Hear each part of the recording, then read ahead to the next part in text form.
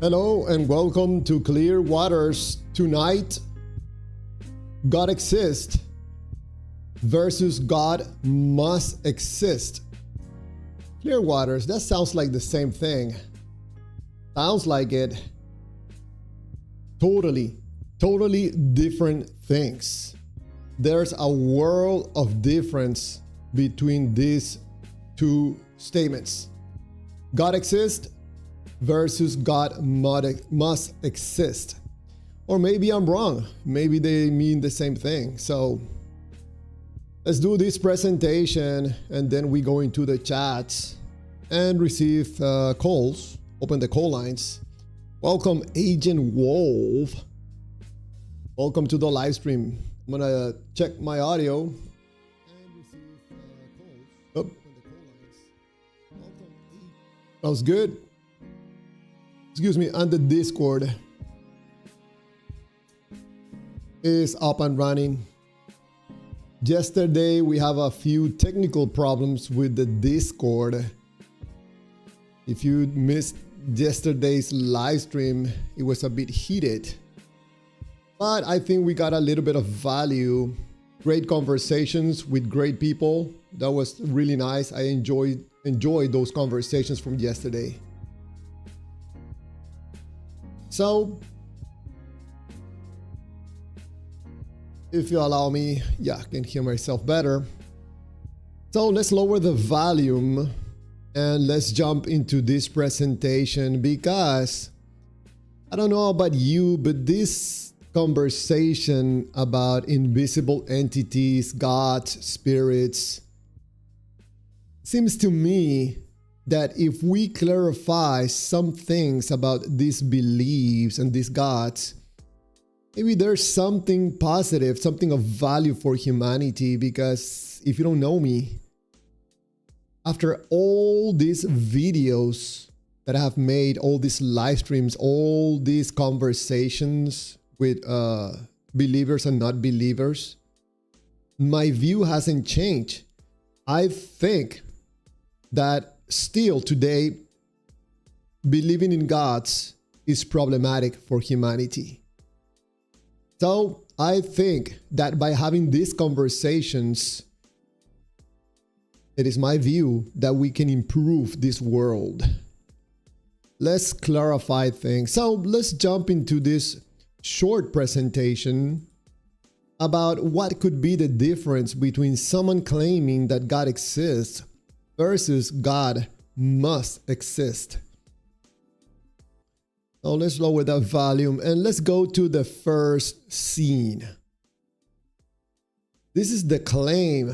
This is what I hear people say, people that believe specifically in the God of the Bible.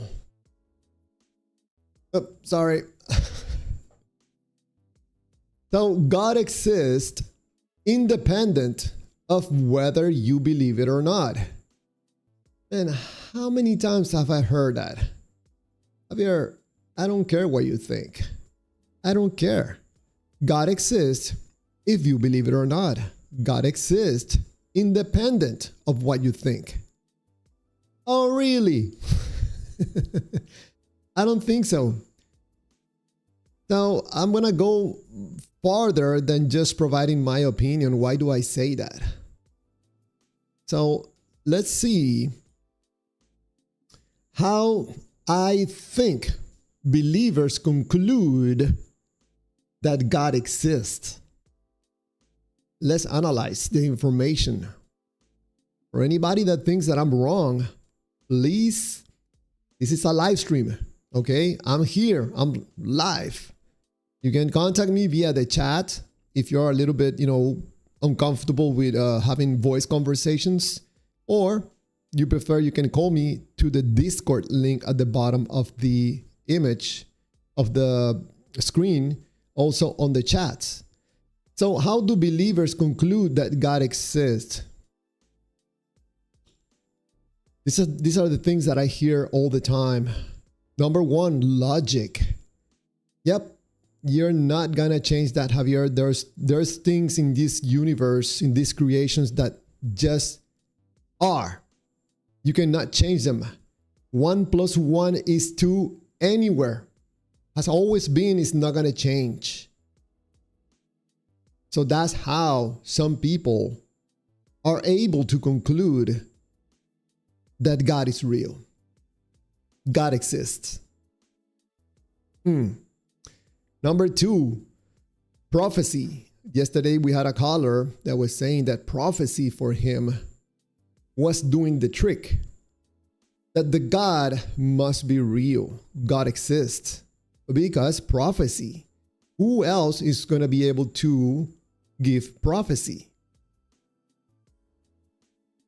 Right.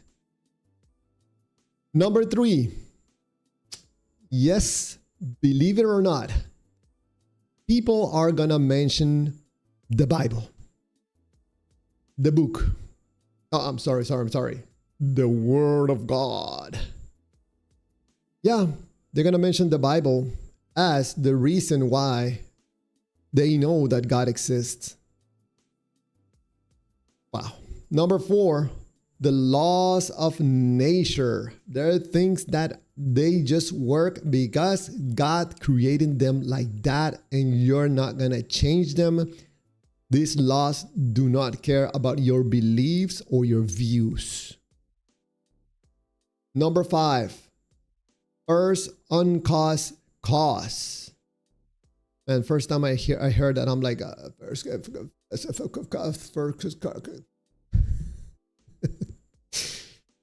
what? All right, first uncaused cause. Yes, all right. Number 6, man, the old personal experience. You know, I had a personal experience with my Lord and Savior. And that's how I know God exists. Number 7, miracles. You know, those things that happen all the time, but that you have never seen one actually taking place and being verified by anyone.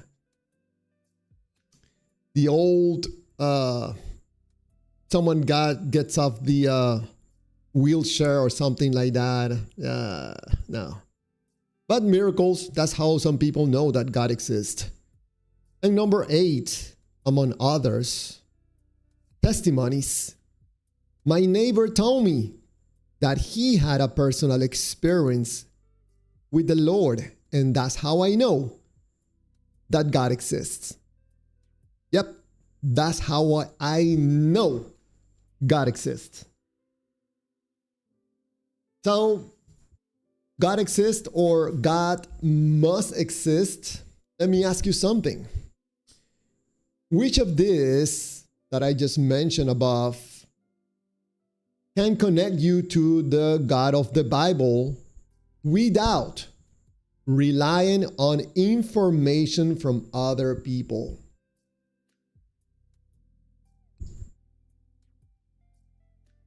I'll wait right here, okay? Now, let's continue with the presentation. So it seems to me if we take each of those 8 points,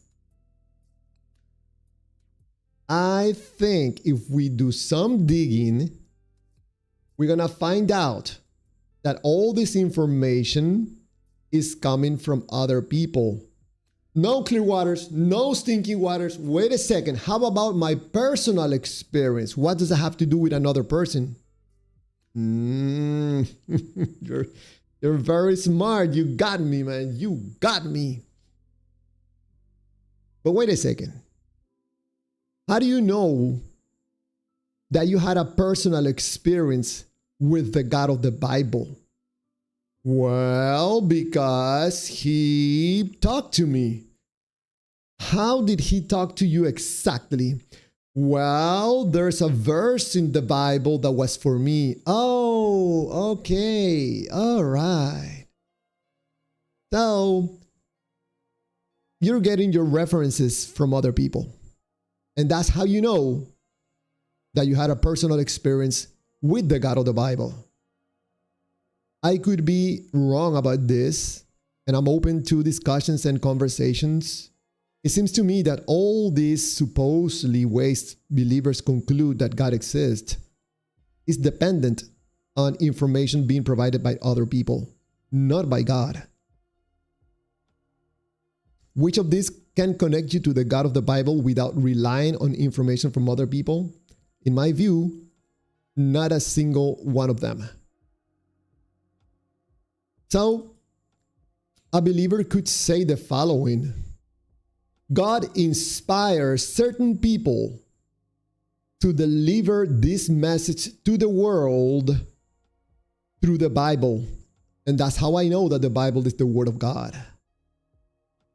My question is for you: how can we independently determine that these people were inspired by God, rather than simply conclude that they were? Why is God not contacting you and me and other people today? Well, Javier, because, some people can come to the wrong conclusions. Maybe some people are going to think that is the devil that is talking to us, some other spirits. So God chose these people to communicate with them his message. Wouldn't that be the same thing? I'm thinking that those people were probably contacted by the devil, not by God. I don't think anything changes other than me having to believe that these people were chosen by God to deliver his message. And I tell you, when you mention that word believing, man, you open a whole can of worms.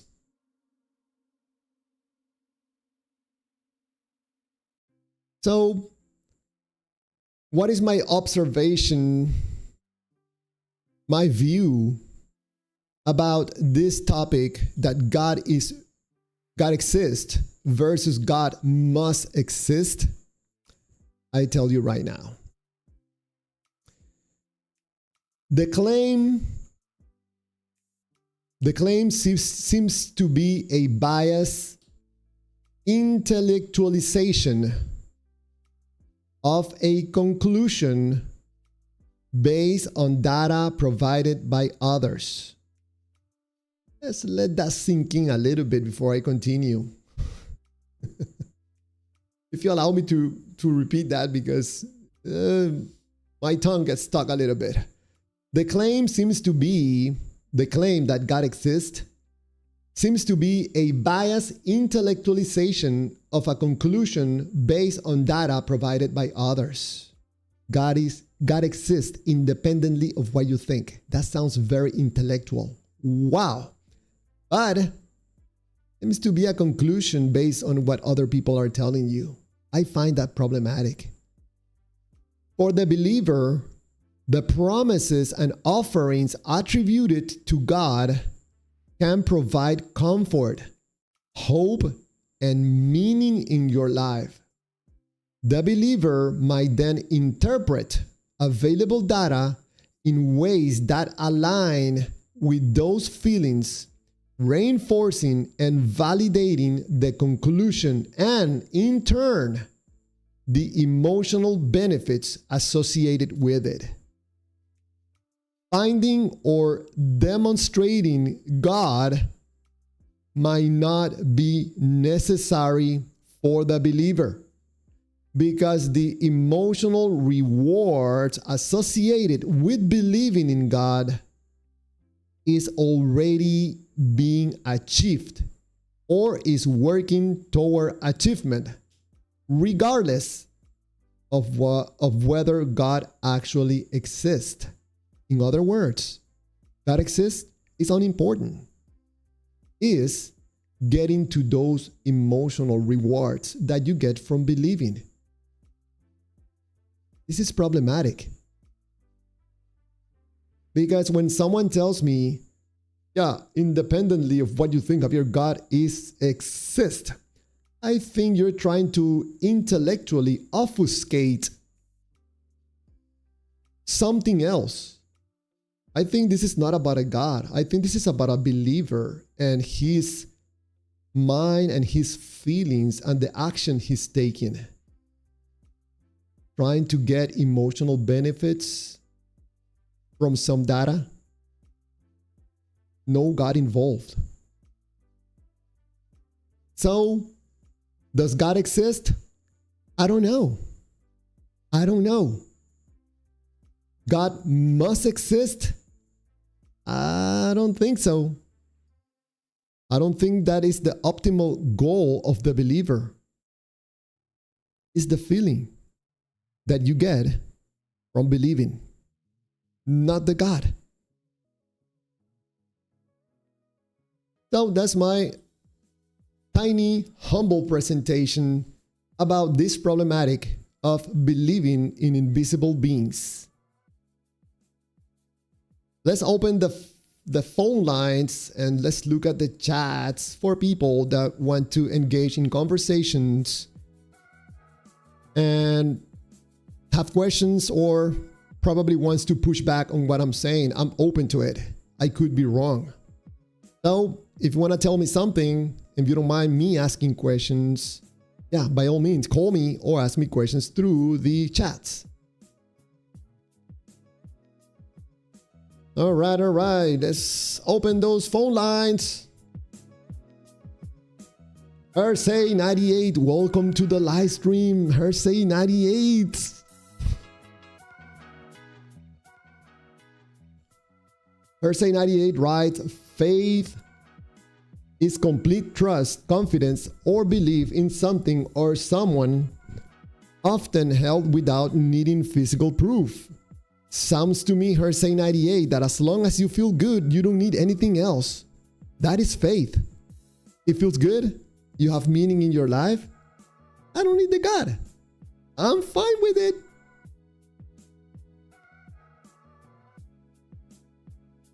Mr. Charles Oliver, thinking faith is a virtue, is a gullible position to hold. Mr. Diva don't play, Diva don't play, Diva don't play. Javier, do you believe that history is or can be a valid source of true information? If so, please tell me what from history do you know that didn't come from other people or books from other people? Yeah, always making the comparison, Diva, with, let's say, George Washington, with the most powerful being in the universe, and people telling us that George Washington was a real guy and that the God of the universe, the creator of the universe, is also real and exists. I don't know if I'm going to be using the same instruments for measuring or for testing, or if my standards for evidence are going to be the same, or my interest in asking questions on both cases. No, this is totally two different conversations. Someone tells me, Javier, there was a guy, George Washington, there was a guy that used to live a long time ago. I'm like, man, I don't care. All right, sure. But if someone tells me, hey, someone wants you punished after you die, so you better pay attention. I'm like, man, what are we talking about here? Yes, tell me exactly what are we talking about here. What? Where's the God? Let's show it to me. No, Javier, I just have information from a book. Oh, man. Oh, where's my time? Out of Babylon, your shirt was not spontaneously created randomly, just you. Again, the God of the universe, I don't think is equivalent to my shirt. Diva don't play, both are historical. So the creator of the universe is historical. He's not here right now. He's not communicating with us. So we have to depend on other people in order to be able to conclude that God exists, which doesn't prove that the God exists. It just proves that you made a conclusion.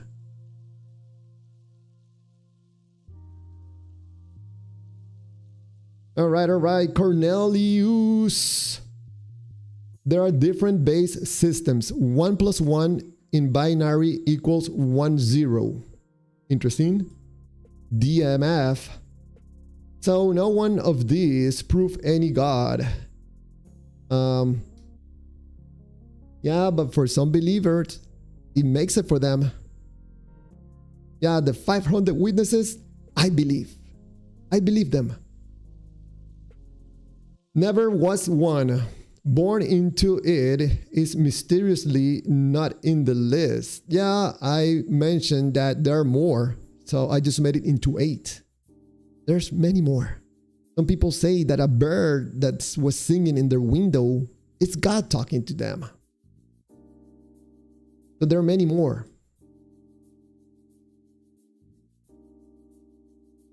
Cornelius, no one can claim anything without information from other people. Descartes tried and failed. Yes, I don't know. I have a taste. When it comes to God, I prefer to have first-hand witness myself, first-hand experience. Not go by gossip, by stories. No, it's just my taste. I want to talk to the God myself. I want to see the God. Something. Give me something other than gossip. The monk, 5823. The word of God is law, and God will say. And the Bible is the word of God. Sure, the monk. Whatever you say, Diva, don't play, Javier. Jesus Christ was a historical person who claimed and also proved he was God. Historical evidence. It seems to me that you were not there, so you have to depend on information provided to you by other people. And you have come to a conclusion that these people are telling the truth, which you could be wrong. Okay? So it is okay to believe what other people are telling you. And it's okay to come to conclusions yourself. But that explains why your conclusion is not the same conclusion as other people, because other people don't believe whatever other people are telling them through a book that was written thousands of years ago and changed, translated, edited, and etc., etc., etc. Believing in God, you don't need a God. You just need the belief. And that will make it into give meaning into your life. You just need the belief, not the God.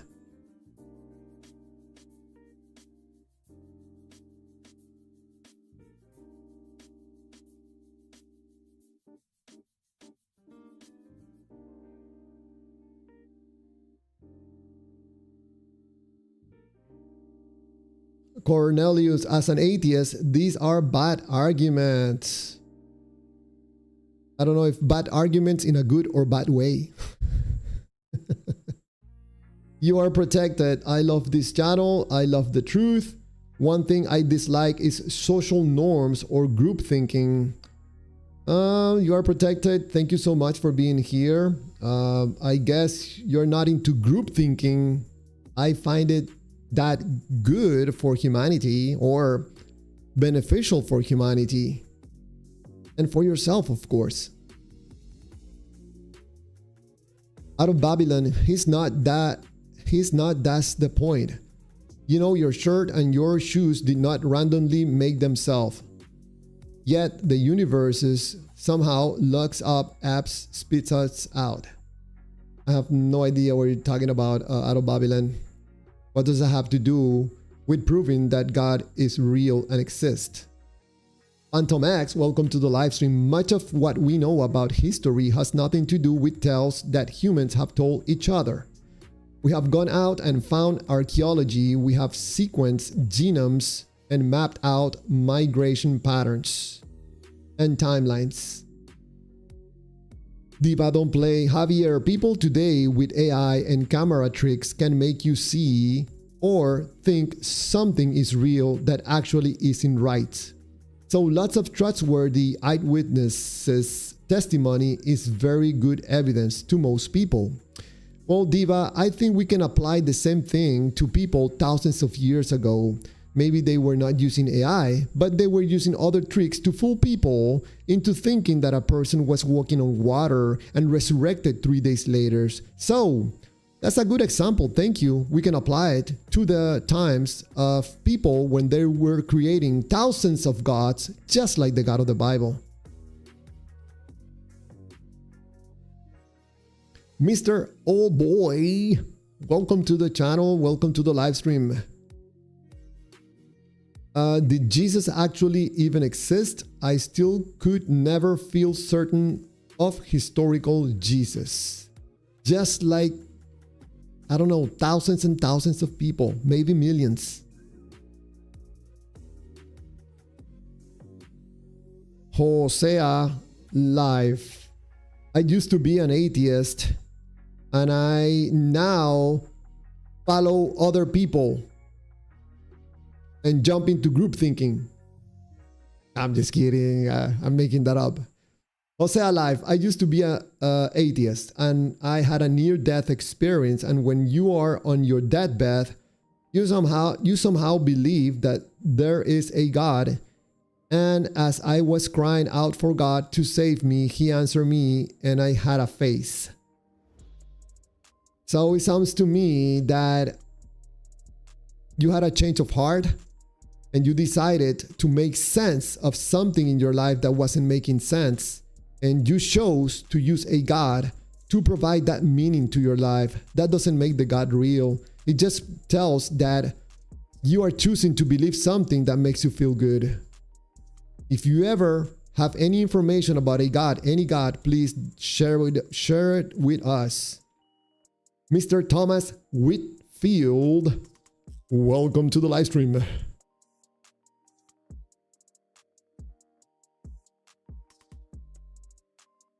Antomex, we have examined the remains of people and discovered where they grew up, what their diet consisted of, etc., and have done this for people who lived thousands of years prior to writing. Rocket Man, proof of God's existence. 1. Creation demands a creator. 2. Life demands a life giver. 3. Design demands a designer. 4. Laws demand a lawgiver. 5. Fulfilled prophecy. 6. Answered prayers. So, Rocket Man, you have gathered data, and that data has assisted you into coming to the conclusion that a God must exist, that God must be real. Right? Does that mean that God exists, or does that mean that you have come to a conclusion about something like God exists, which are totally different? It seems to me that by a process of analysis, you have come to a conclusion, which still you could be wrong. Verma Ami, hey, we have a caller, Prot Destroyer. Give me just 1 minute, Prot Destroyer. Verma Amy, in this world and the whole universe, the concept of Trinity, Vedic philosophy, is the one and the holy truth. 3 things are eternal. 1, Ishwar, God mentioned in Vedic philosophy. 2, soul. And 3, primal matter. Does that prove that the God of the Bible is real? I don't think so. You're protected. Groupthink is good for projects, but the groupthink I am referring to is groupthink that affects other people, like laws and norms, and like gods also. Michael Ward, welcome to the live stream. He is so pulling on his seminary education introductory classes. I guess this is in regards to someone else's comments, maybe. Hosea Live, why did you skip the rest of my experience? You only read the first message and then you skip on to the message after mine. Hosea Live, you're gonna make me go back to the messages. I cannot read all the messages, so I have to jump around. Otherwise, the messages start to get old and old and old. So So if you really, really, really want me to read your specific message, make sure that you use my username in your message, and that is like a 99%. I won't miss your message. Otherwise, I just go jumping messages. Or just call in and you can ask me whatever you want. So let's jump into the Discord, because we have Prot Destroyer. Probably he wants to engage in a conversation. Maybe not. We'll find out here. Hey, Prot Destroyer. Maybe he's just hanging in there. Okay. No problem. So on the horizontal live stream, Diva Don't Play, poor Javier, he always has an answer for rejecting Jesus Christ is real. Why Javier doesn't believe what I believe? Poor Javier. I am the best person that has the truth. And because Javier doesn't have the truth like I have it, then poor Javier. It will be better for him to believe what other people are telling us through a book, that there was a guy that used to walk on water, and his name was Jesus, and he was the Son of God. So poor Javier that doesn't believe what other people are telling us. He continues, my man is dedicated to not becoming a Christian. That is absolutely accurate. I am not going to become a group thinker and a follower of other people's toxic doctrines. And Diva Don't Play continues, and God will respect your free will choice on Judgment Day. Which God are you referring to? Because there's more than one God. Remember, there's also a new God in town called Chulum that some people are starting to talk about and get interest in. So maybe in 10 years, you're gonna be one of a few people that are still believing in the God of Israel, which doesn't sound like the God of the world. It sounds like the God of Israel. So, Diva, you have a lot of internal work to do. You have to get down from that pedestal, my friend. I think it's distorting your reality, but it's okay. I think you're an adult. You know what's best for you.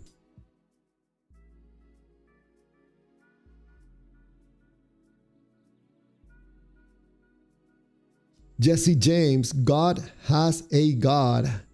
Are you done complaining about God yet? You don't have any truth. I don't know, Jesse James, who's talking to or referring to. Are you crying? 3952 writes, I'll be back in 5 minutes. I am Prot Destroyer. Oh, okay. All right, all right. Mr. TXDAB786, welcome to the live stream. We disagree on everything, TXDAB, but I still appreciate you as a human being.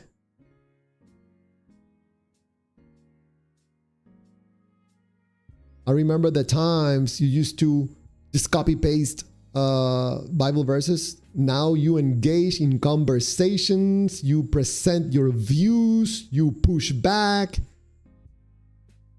That's nice. And still we don't agree. That's perfect. That's beautiful. Xnim, welcome.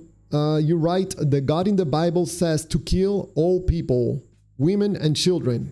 How can you worship a psychopathic narcissist? Whoa, Xnim. But I think the question is fair, because some people are starting to come to the conclusion that the God is not so loving.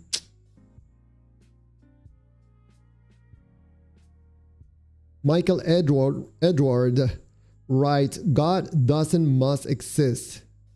Thou quickly come. Upland, hail Satan. Okay. Hey, Satan. You're protected or subscribed. Thank you for everybody that have subscribed to the channel. I appreciate it. Only do it, please. If you think there's something of value here, don't just, subscribe because I'm asking you to do it. No. Do it if there's something of value here for you.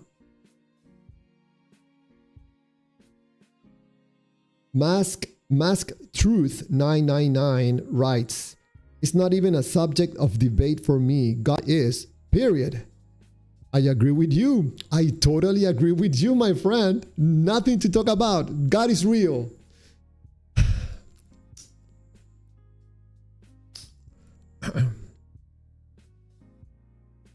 Yeah, we don't do anything different. Yeah, God is real. But there's a problem with that conclusion, Mask Truth, because Chulum exists and is real. So you have some explaining to do. Diva, don't play, right? Javier, when we all die, and you write that because you have died many times and you know what you're talking about, because if you haven't died already, probably you're making this shit up. I'm sorry, shoot up. When we all die, the truth will be undeniable, known by all. That's okay, Diva. You can believe that. But like myself, most people don't believe what you believe. You can say that to make yourself feel good, because apparently you feel good about repeating these things over and over again. Like when people die, they're going to find out the truth. But you have never been dead, so you don't know what you're talking about. You're just guessing and betting on red. Just be straight, honest, and tell people, hey, I'm betting on red. I'm betting that the God is real. So you will find out when my bet is won. But until now, it is just your belief. Jesse James, you Javier. Okay, Jesse James, let me go back. Okay, so I don't have any truth. You are absolutely correct. I don't have any truth. If I have a truth, is that my truth is that I don't know anything about life. That is my truth. I'm an ignorant, and that is the source of my problems in my life. I'm trying to correct that. So what is your truth, Jesse James? The Lord of the Bible.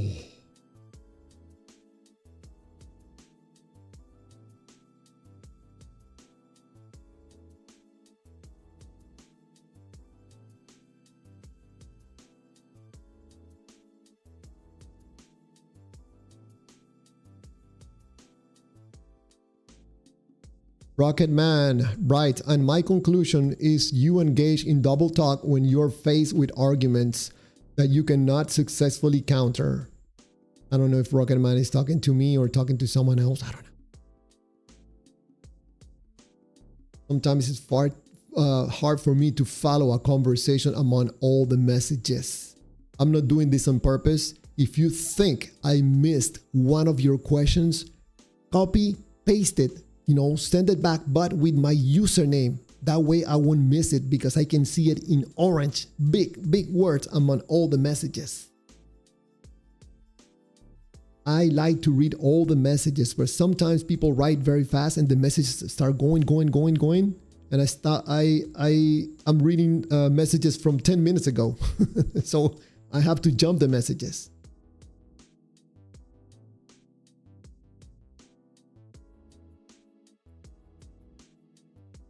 Jesse James, not the Bible, no. I don't claim to have the truth like you. Jesse James, what truth are you referring to as my truth? Tell me what is my truth, because I don't know what is my truth. I just mentioned to you that if I have a truth, is that I don't know anything. I do not appreciate, Jesse James, when people lie. I don't appreciate it. It seems to me that we're adults here. Instead of trying to prove the host wrong and he doesn't have the truth because I have the truth. You stinky waters don't know anything. You don't have the truth. So because you don't have the truth, God is real. You see?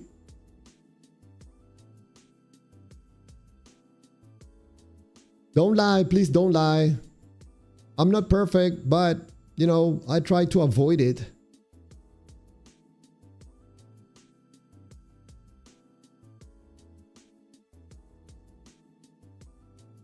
Mr. Romans 1.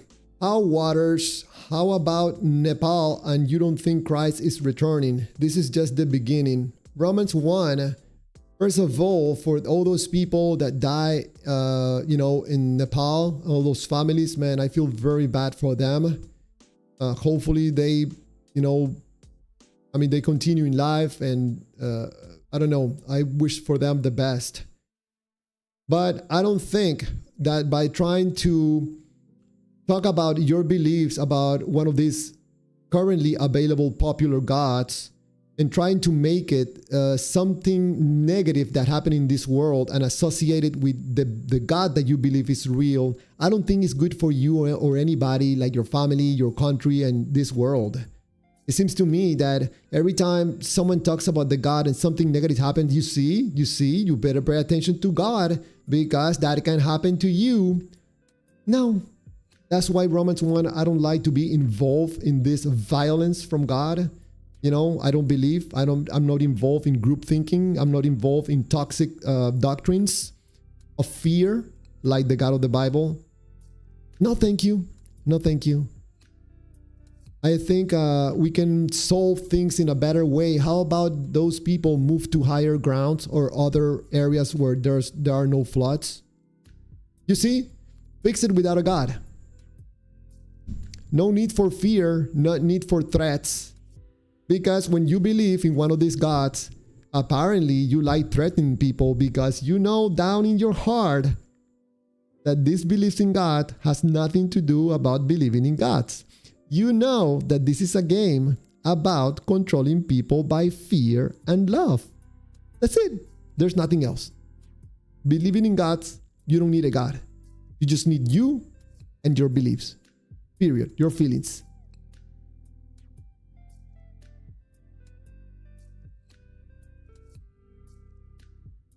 Mr. Rick Campanella, I think nothing is definite. We don't know what we don't know.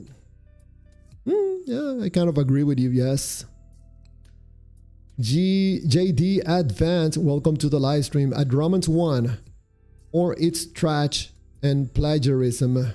I know why you say that. Yep. Romans 1, think of it as a wake-up call. No, Romans 1, for the non-believer, this is not a wake-up call. For a believer, yes, wake-up call for you, reminder, you know, God can destroy you like a cockroach. It's a reminder for you, so pay attention, get on your knees, and get your head in the book. Read, because death can find you anytime, and God is going to be waiting for you. Let me see. Have you been a good person? Did you accept Jesus as your Lord and Savior? You didn't? You did it 99%? Go to hell. Romans 1, go to hell. I don't want to hear it. But God, I fought for you in all those live streams. Get in there, get in there.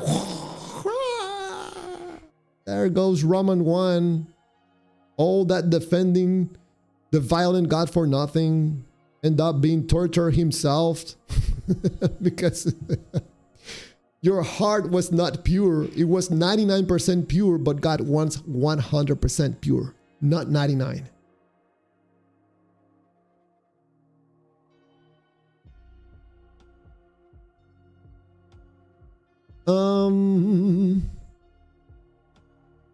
Diva, don't play, Javier. I'm only here because I know Jesus is real, not Diva. In my opinion, you're here for emotional reasons. There's no other reason.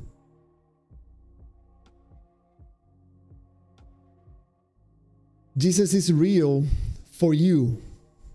In your view, your conclusion, your belief, Jesus is real.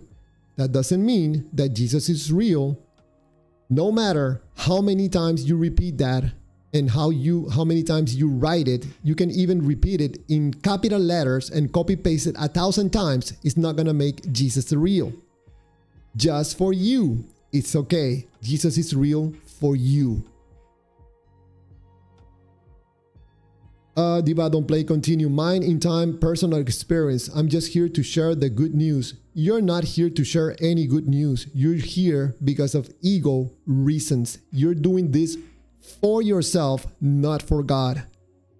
You, as a believer, you're going to have a tough time believing in invisible entities from foreign countries and trying to be an honest person at the same time. It's horrible. Something is gonna give up, either the belief in the God or the honesty. Not both. This is like trying to put water and oil together. It's not gonna work.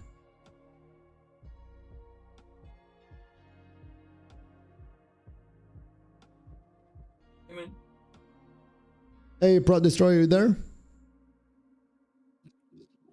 Yes, can you hear me? Yes. Allow me just 1 second. So what's today's topic? Don't tell me that you haven't seen the presentation. God exists versus God must exist. Yeah, well, my presentation, basically I'm saying that there's a huge difference between these two sentences or claims. God exists versus God must exist. What do you think? So just wondering, like, you say that there's only one of two options, is being honest or believing in God, and the other one is, I see that you correlate like feelings and the necessity for in human beings for getting saved or whatever. I don't know. Yes, 100%. To make themselves Christians. Just to clarify about what Prod Destroyer is saying, it is my view, and I could be incorrect, but as in right now, still my view that when you believe in invisible entities being real, it is my view, I clarified, that you cannot believe in, for example, in the God of the Bible and at the same time being an honest person. Why do I say that? Because if we engage in a conversation and we start doing some investigative work on yourself, we're gonna find out that behind your belief is not God, it's yourself.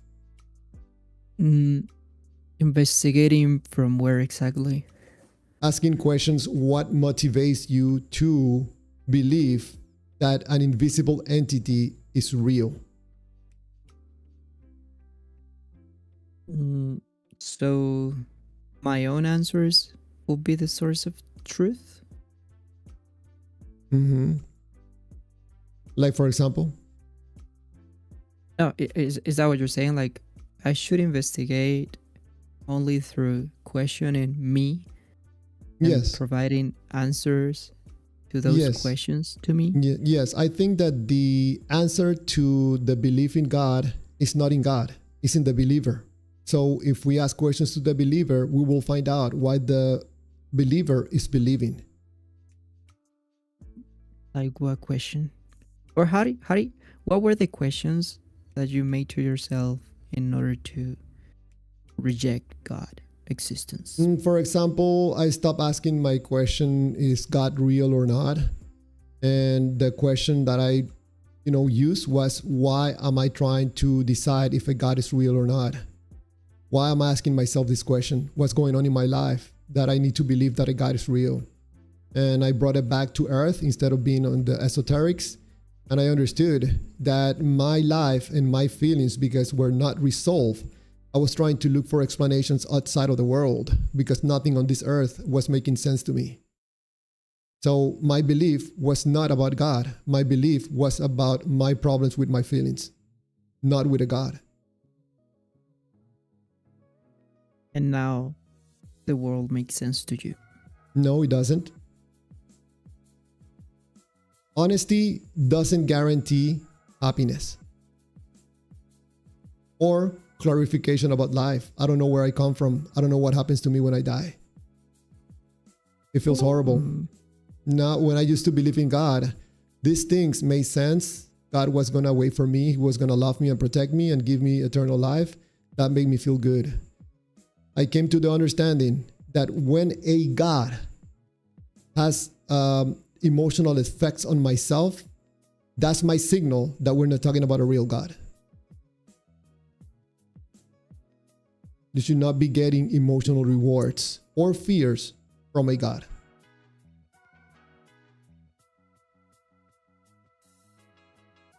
Okay.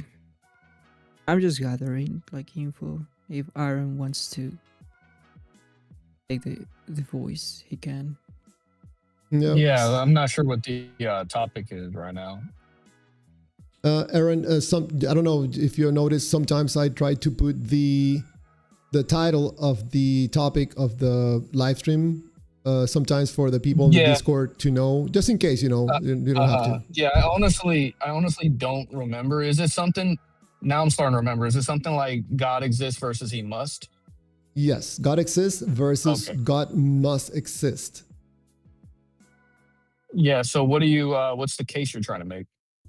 Yeah, for example, some people tell me that God exists independently if I believe it or not, and I don't agree with that claim, because I think that someone is trying to, or is confusing that God exists with God must exist because of some conclusion that they have reached, because of information provided to the person. They have concluded that God must exist, and that's how they know that God exists.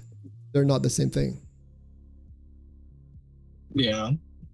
I mean, I do believe God exists, but I also do believe that God must exist. Like I told you, like many streams ago, that I believed you could prove God exists on paper and that how He should be, even if it's not the Christian start point. Like you could just start with logic and all of that. So if you're able to prove somehow in paper that God exists, does that mean that God exists? Say that again. I'm sorry. I got like distracted. Where's my headphones? Oh, there it is. You're saying that you're able to prove that God exists on paper. Yeah, I believe you definitely could. Yeah, does that mean that God exists? Okay, making sure my headphones. Can you hear me over here? Yes. Okay. Does that mean that He should exist? No. I definitely think. No. Just in case, just to be on the same page. If you can prove that God exists on paper, does that mean that God exists? I don't think the case is as strong to say yes. I think it could be probably leaning towards maybe no. Right.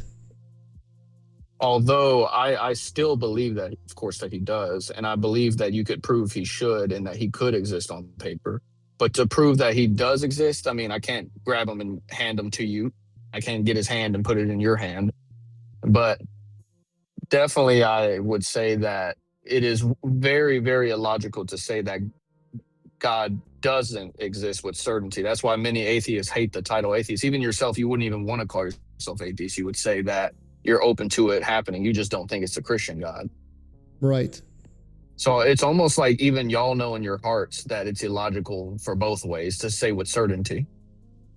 Right. That's why in my case, I cannot say that a God doesn't exist. Then why you say that is not honest? Because if you cannot prove that God doesn't exist, why would you say that believing in it is dishonest? I think, Pro Destroyer, you were there yesterday in the conversation that we were having almost at the end of the live stream. I think you were there, right? I could have dropped like minutes before, so... I was speaking to a gentleman, I think his name was Kevin, and I told him the exact same thing, that for me, it is my view that it's very difficult for a person to believe in a God and also be an honest person. And that conversation with him, in case you were not there, I was telling him that what he's calling the Word of God, which is the Bible, was written by people, and he could not get himself to say those words, even when other believers were telling him, please just say that the book, the Bible, was written by other people. Oh yeah, our dudes, the Catholic friends and even other non-Catholic friends of mine said that Kevin was being very difficult. I wasn't able to listen to anything he said though. But is that what you're kind of getting at? He wouldn't admit things or what? You will call it difficult. In my view, he knew what was going on with the conversation, and he could not get to be honest. Yeah. So that's Who's exactly what honest?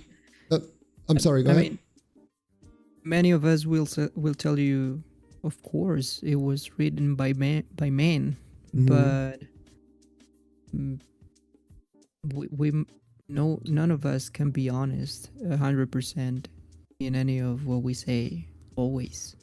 But some people, believers, will not agree with you with your statement.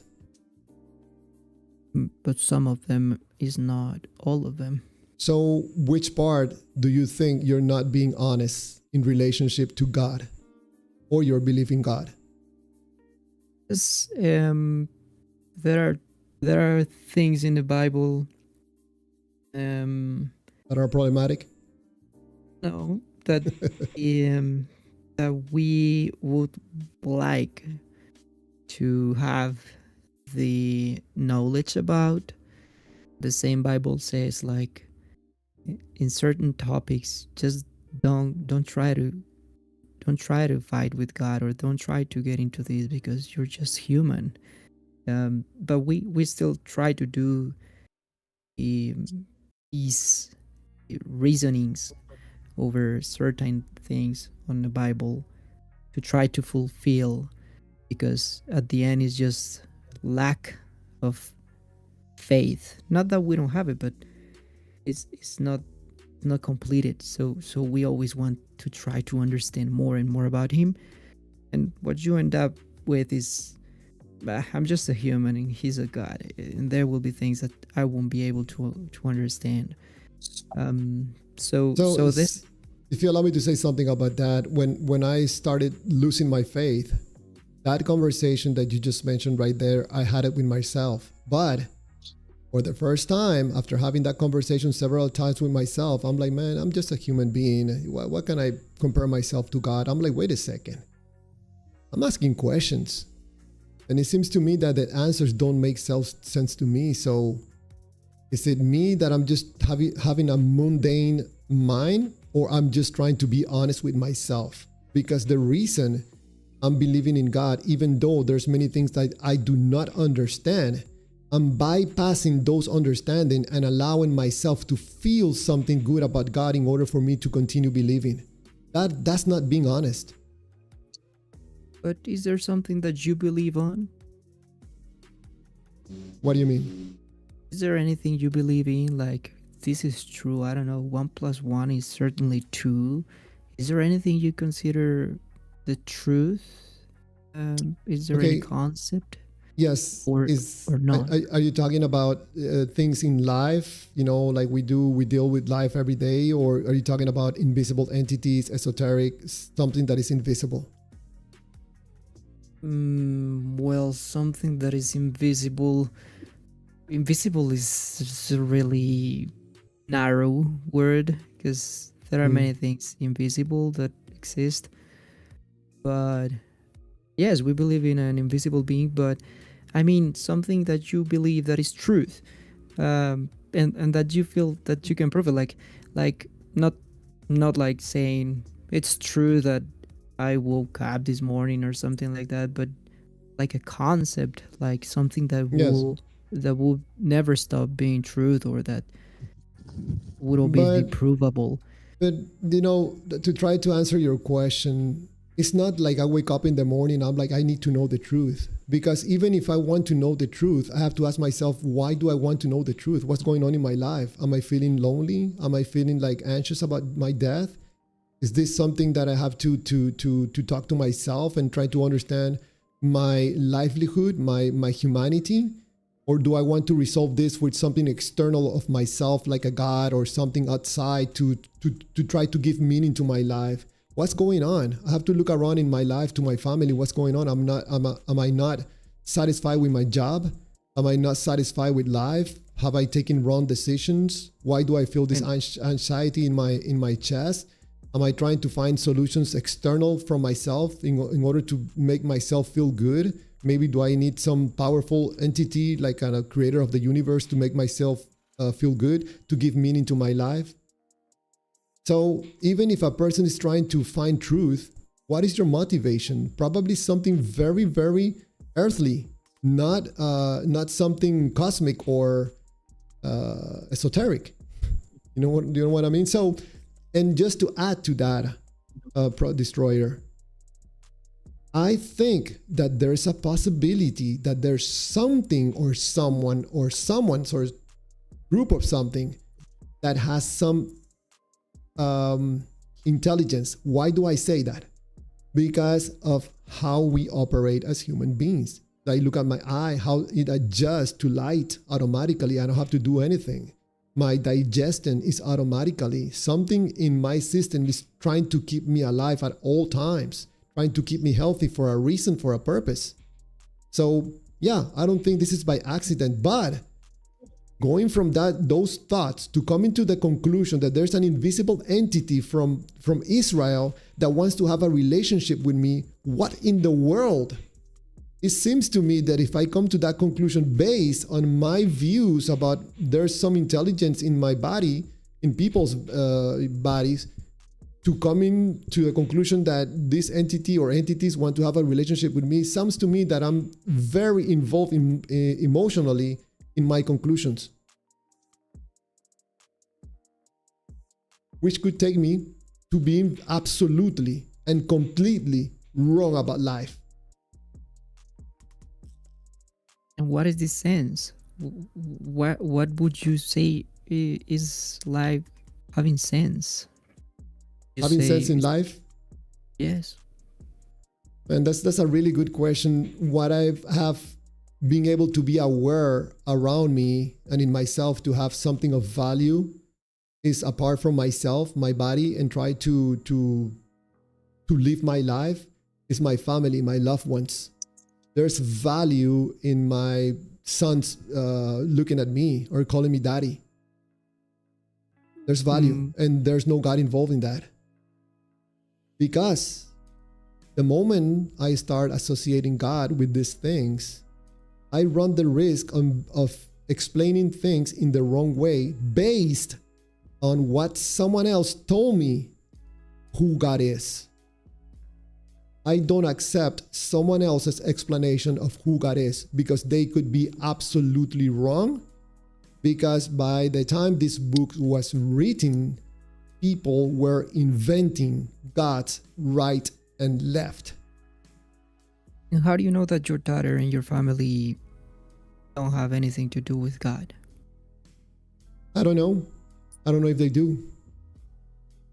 So I'll prefer so if I receive a hug from one of my sons, I'm not asking, is this from God? No, I just feel the hug and enjoy that moment that is going to exist forever in my mind as long as I'm alive. Why would I expend my how energy? do you discard him? Just by answering yourself, saying no, it's not from God? I will go back to the same thing. Why am I looking for gods? Yes, what's going on in my life? Somewhere in those steps, you get to the conclusion, no, this is not from God. So in which exact step you get to the conclusion that no, this is not from God? Because you start wondering, is this hug from God? Where exactly? What is the question or the step in which the conclusion that no, it's not from God? My experience with my family could be because of God, could be because of a God, could be because of some gods. It could be because of a society of gods that created us. I don't know these things. I think that probably the closest thing I have to be close to God, if there's a God or such a thing, is to try to go inside of me, because I'm the closest thing to God's creation. It's not even my family or my computer or this live stream, it's myself. So how about I ask myself questions? What am I doing, the things that I'm doing? Knowing that I'm a entity or a humanoid that operates under certain conditions. We gather information, we attach value to some of this information, and we take action on this information based on the value that we find in this information. And Javier, that's basically what I told you, like, because you attribute basically the feeling aspect to will, and you collect the data, and you are the subject itself. That is the closest thing that you could link to a god, because that's how classical theists also link it. They're also like, yeah, what we get from God would be who we are, the intellect that we have to process, and the will power that we have to go through it, which is pretty neat. I think I told you that not too long ago. So why were we asking about God outside of ourselves? How about we talk about you and me? Yeah, I find that pretty interesting. Yes, why do you have the thoughts that you have, and why you act on some of those thoughts and you don't act on some other thoughts? Why do you take action on the data about the God of the Bible and you're not taking action on the data about the God of Islam? Mm-hmm. Javier, I got a question. Do you think that you would do you feel like there's a possibility that someone could go rather than outside to in, like inside out? Like, I first think about myself, why I am, what do I desire, and could they eventually, through a long path of questions and answers, find God, and then that God be Christian God? Is it possible? Not what you would say is right or wrong. I think that we are so far away from that, extremely far away from that, because. But is it possible? Yeah, I think there's a possibility of doing that, but I think we're very far. We are farther away now that we have these books, in my view. Yeah. Because people have decided to conclude what God is, not based on their direct experience, but from someone else's supposed experience with God, which could be absolutely wrong and take you in the wrong path in life to try to understand who God is. You could be going in the opposite direction. Yeah. If there was a button and you could just destroy the concept of God and destroy all books and everything, would you press it? No, you know why? Because I think that God is unimportant. If the belief in a God is giving you peace in your life, is giving you meaning, is giving you direction, is allowing you to live a less anxious life, why would you take the God away? But who said that it's less anxious life with God? Say that again. I'm sorry, Destroyer. You said that God removes this anxiety from life. No. What would In you the say? case that someone finds, for example, if they're anxious about dying, now they know that God is going to give them eternal life. So that anxiety is removed or at least lessened. Maybe it could be the opposite. Like, I will be more comfortable if I know that after I die, there will be no consequences. I mean, if you are like Brad Pitt looking guy with Brad Pitt's money, why would I want to believe in God? I don't want to be judged. I just want to have some fun. 30 years, 50 years. So why is that we have many rich and good looking people believing in God if you think that um, we all run to him because he will remove our anxiety, which in my case, I was much more happier when I didn't believe in God. Um, at least in my case. Yeah, you were persuaded, or you chose to put yourself in a situation like, for example, someone walking into a ring for boxing. Okay? You're not gonna get hurt or punched in the face, most likely, okay, if you don't step on the ring. But if you decide to get into a ring, most likely you're gonna end up in one of two outcomes. You're gonna win or you're gonna lose. When you participate in salvation in God and you believe, you're jumping into a game, and you can lose or you can win. For some people like myself, I don't participate in salvation anymore, so being punished or judged is not a worry for me anymore. So it is truth, completely truth, that there won't be punishment for you. Is that what you are affirming? Yes. Yes. That God doesn't exist. No. A punisher God, for me, there's no value in investing my life thinking that there's a punisher God waiting for me. No, I don't participate in that. So I don't have that anxiety. But does that mean that it's true? It doesn't matter. It doesn't matter for you if God is real or not, because you have decided to believe even when you have not proven that God is real. So we're on the same. We're on the same boat. No, I have not decided. Are you a believer? Yes. Yeah, so you decided to believe. No. So you're not a believer. Yes, I am a believer. So you decided to believe. No. What do you mean no? I didn't decide to believe. Okay, so yeah, okay. You were led to believe. Is that better? To believe? Yeah. What would you define it? How would you define it? Yes, I was led to believe. Yeah. Yeah. So you believe. Yes. Yeah. Was God involved in that decision or that leading to? Did God tell you anything? Did God show up? Did God provide you with direct information? No. No, God was involved in your persuasion or leadingness to believe that God is real. Your whole entire leadingness is coming from other people leading you by providing you with information that they are providing you with, not God. Okay, so sorry to interrupt, but how could you know that? How could I know what?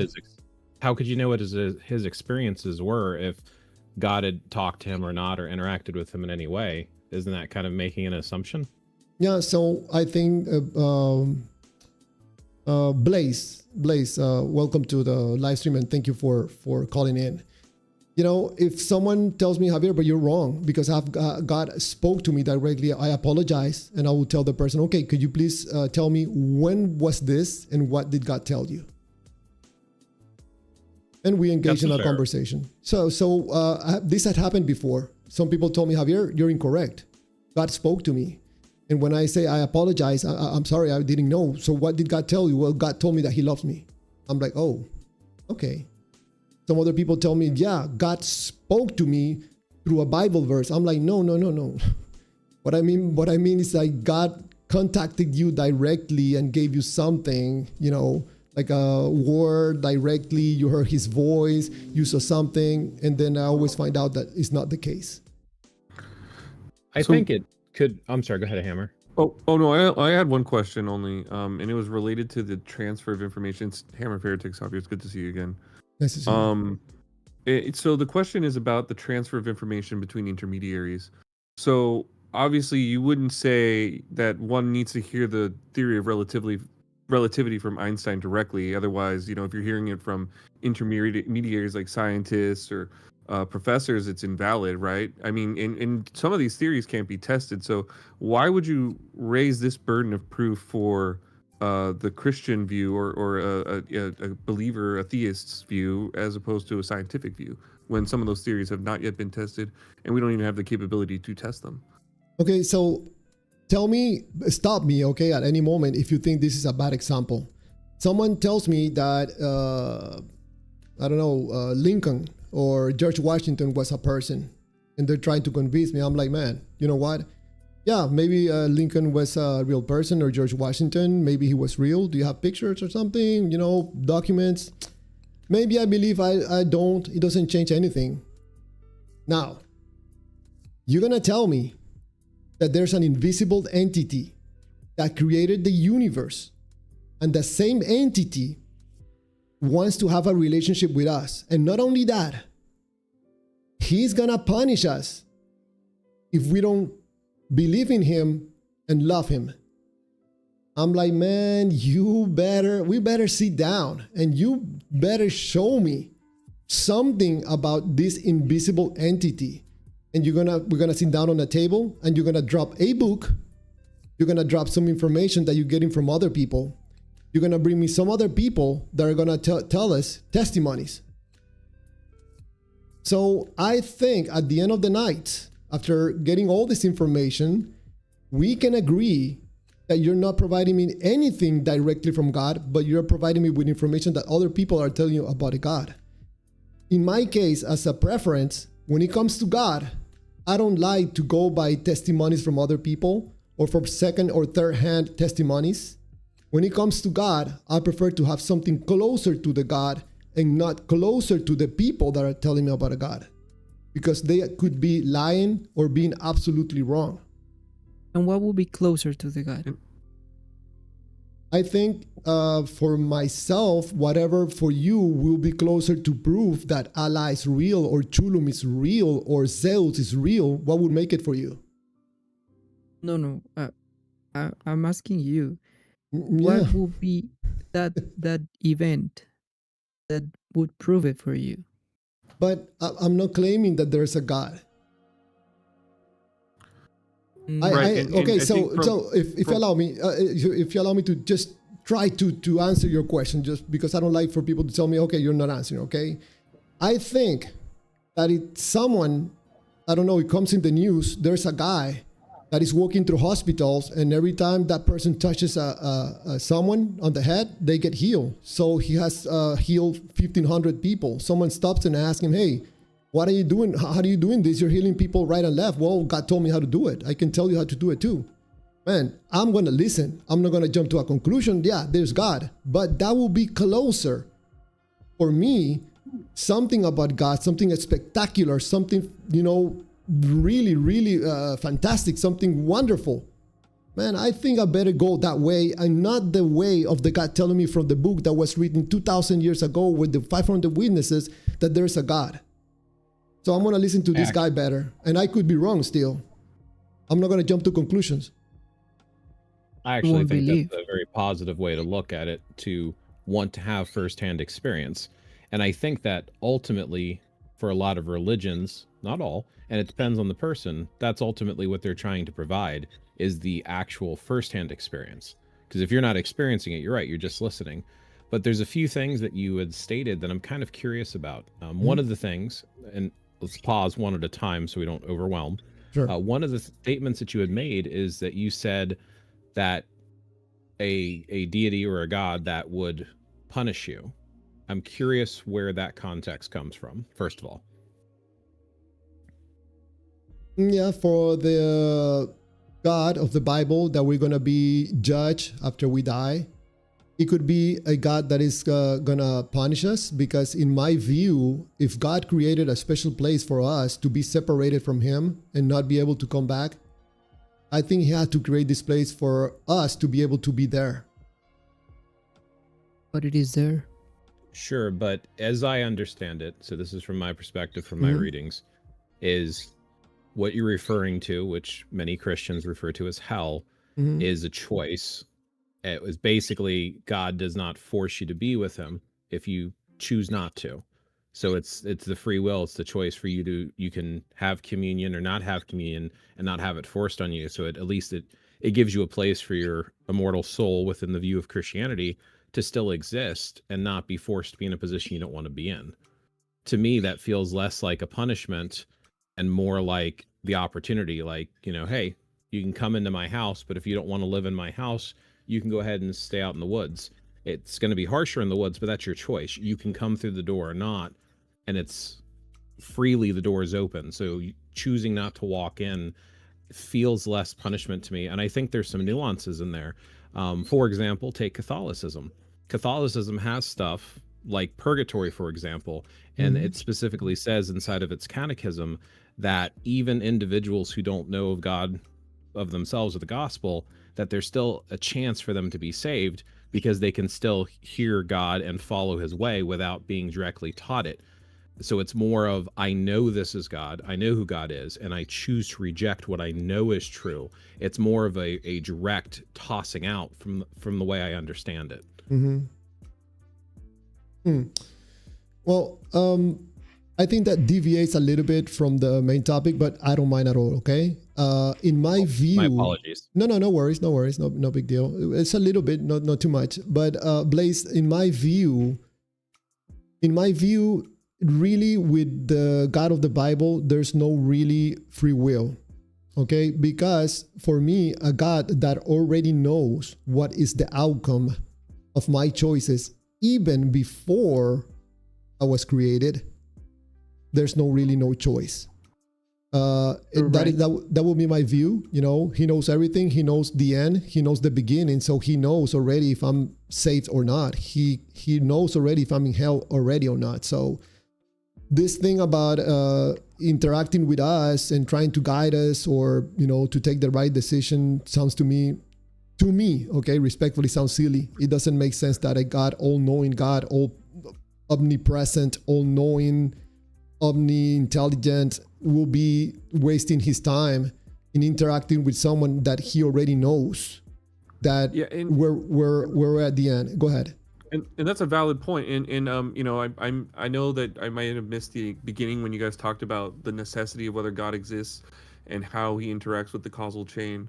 So I guess I'll start at that first principle from the Catholic perspective and say that we do believe that God exists and that he must exist in order for creation to exist.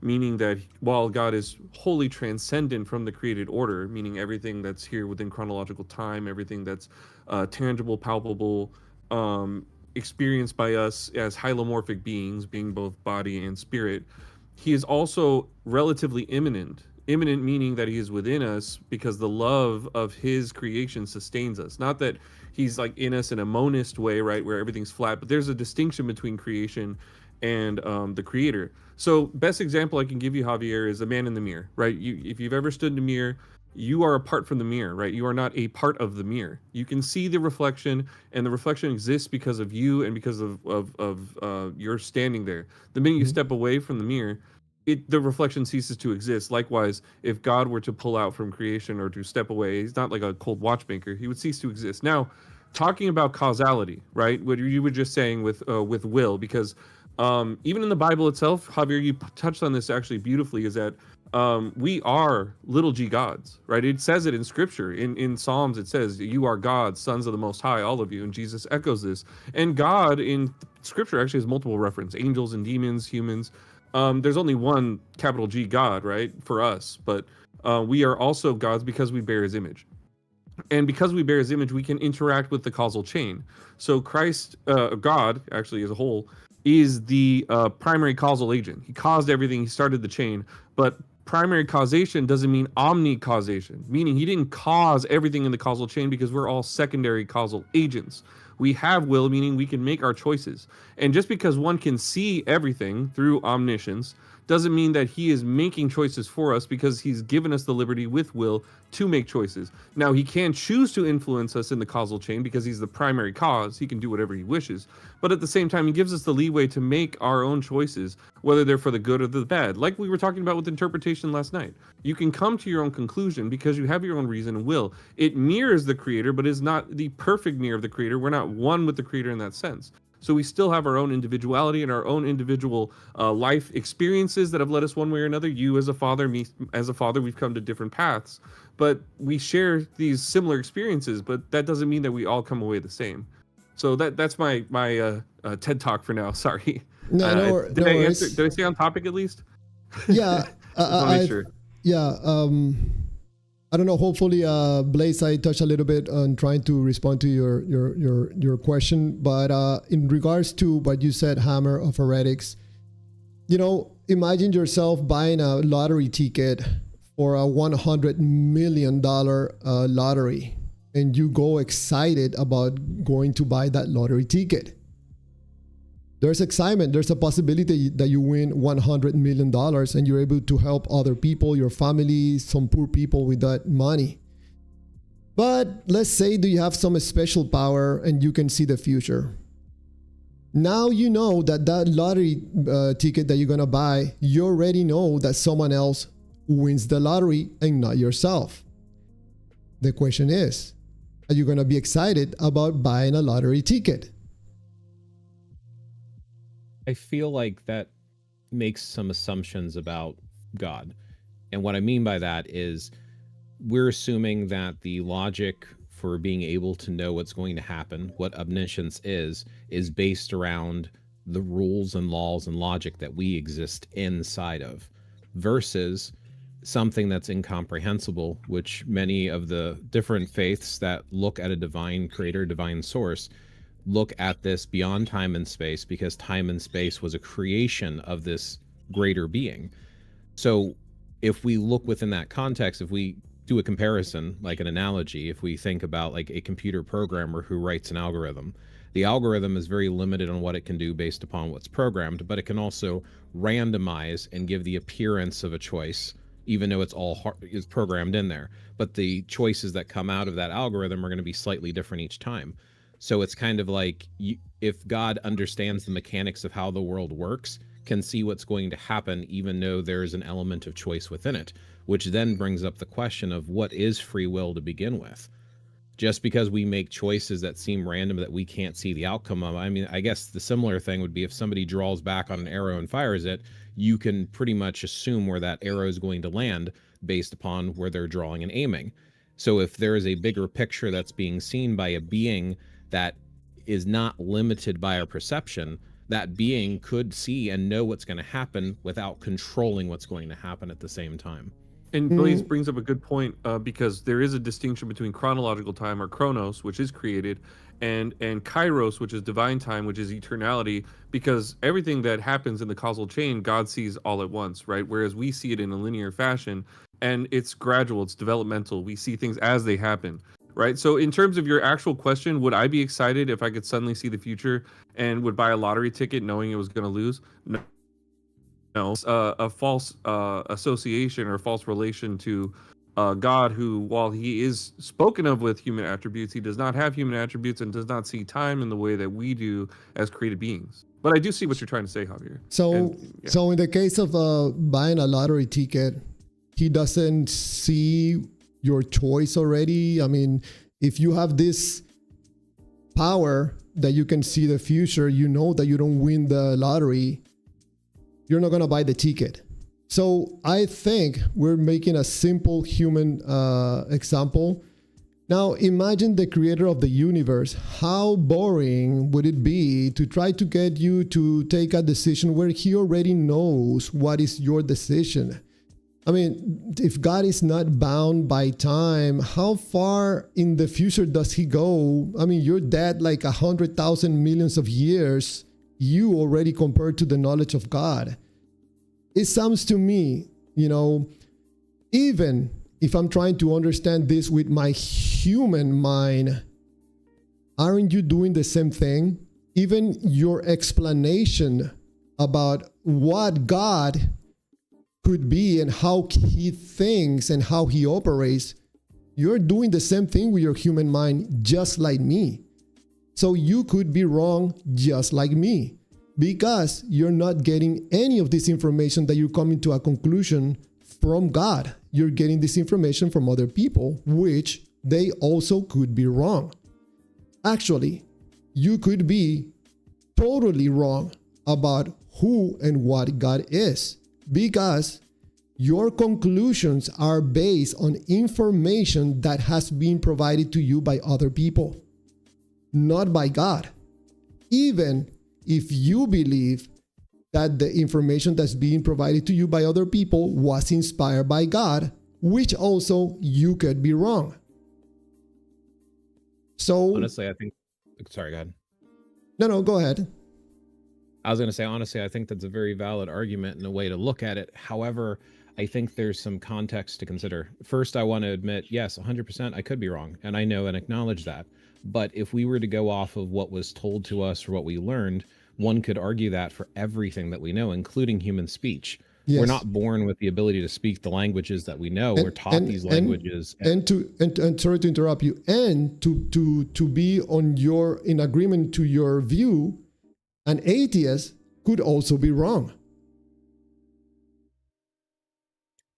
Correct. And I can see that point. But what I was trying to say is, since we're taught, what words are and what they mean and what the context is and how the world works and how it operates, it starts out by stuff being told and dictated to us by our culture, society, our parents, religion, spirituality. Everything is outside influences until we start getting a basic understanding to where we can start experimenting on our own.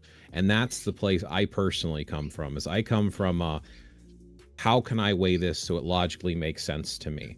Not just external information, because I've heard some of the arguments that you've made in previous lives, which is why I really wanted to talk to you, because I think you have fascinating conversations, and I really wanted to express and share my opinions. But when you look at stuff like, you say biblical references as an example, like, well, that was written by humans, and people argue divinely inspired or not.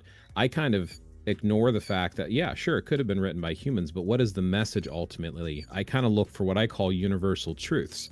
And this is why I argue that there could be an existence of a divine supreme creator that many religions call God, because the observation of firsthand experiences of being alive, like as an example, the self.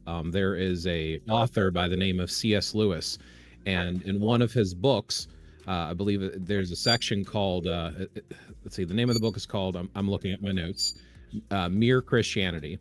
And there is a section where he's talking about basically the argument for God's existence is the God-shaped hole that exists in us. Basically, we hunger, so there's food to fill that hunger. We thirst, there's drink to fill that thirst.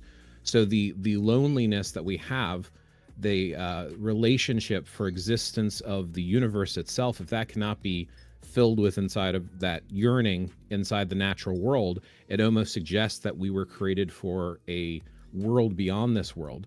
So that desire that is natural across all different cultures and all different religions, that yearning to connect with something from what source we came from, because we're here. So we had to have come from somewhere based upon the way our reality works. So then what is that we came out of? What is it that we're yearning for? Suggests that something could be there. And I know you've said previously that you acknowledge that there could be, you just don't have enough evidence or proof that there is. And that, I think, is where that firsthand experience comes from. If we look at the world around us and how the world is designed, it, to me, looks like intelligent design. And when you say stuff like God should speak to us directly, I agree, but I try not to assume that if something created time and space, it has to communicate the way I communicate. And what I mean by that is, as an example, the conscience, that something feels off or wrong about a decision you make or a thought that you have. What is that? In my personal opinion and interpretation, through my spiritual experience, I would argue that that's our Creator speaking to us directly. I think the Creator speaks through us through all of creation. It's kind of like if you see a painting, you know there's an artist because you see the brushstrokes. Mm. You might not have seen them paint it, but you see the painting. And I feel the same way about some form of a divine creator. We see the creation. We can see the brushstrokes in the very existence of humanity and nature and art and music and everything around us. Oh. So to me, I feel like all of that points to the existence of a creator. Okay. That's a lot of information. Let me try to remember everything. So, Sorry. for example, no, that's fine. That's fine. So on one of my scenes on the presentation, I have that some believers have come to the conclusion that God exists. For example, because of logic, because of prophecy, the Bible, laws of nature, first uncaused cause, personal experience, miracles, and testimonies. You as a believer, you can have all these things and still be wrong. Would you agree? Absolutely. I think any of us can be wrong at any time, but Okay. just like the concept of being in love. Yes, Is it yes, hold possible on. I'm not in love? Yeah, Oh, yeah, sorry, hold on, okay. hold on. So, knowing that someone's having all these things, all this knowledge and experience, they still can be wrong.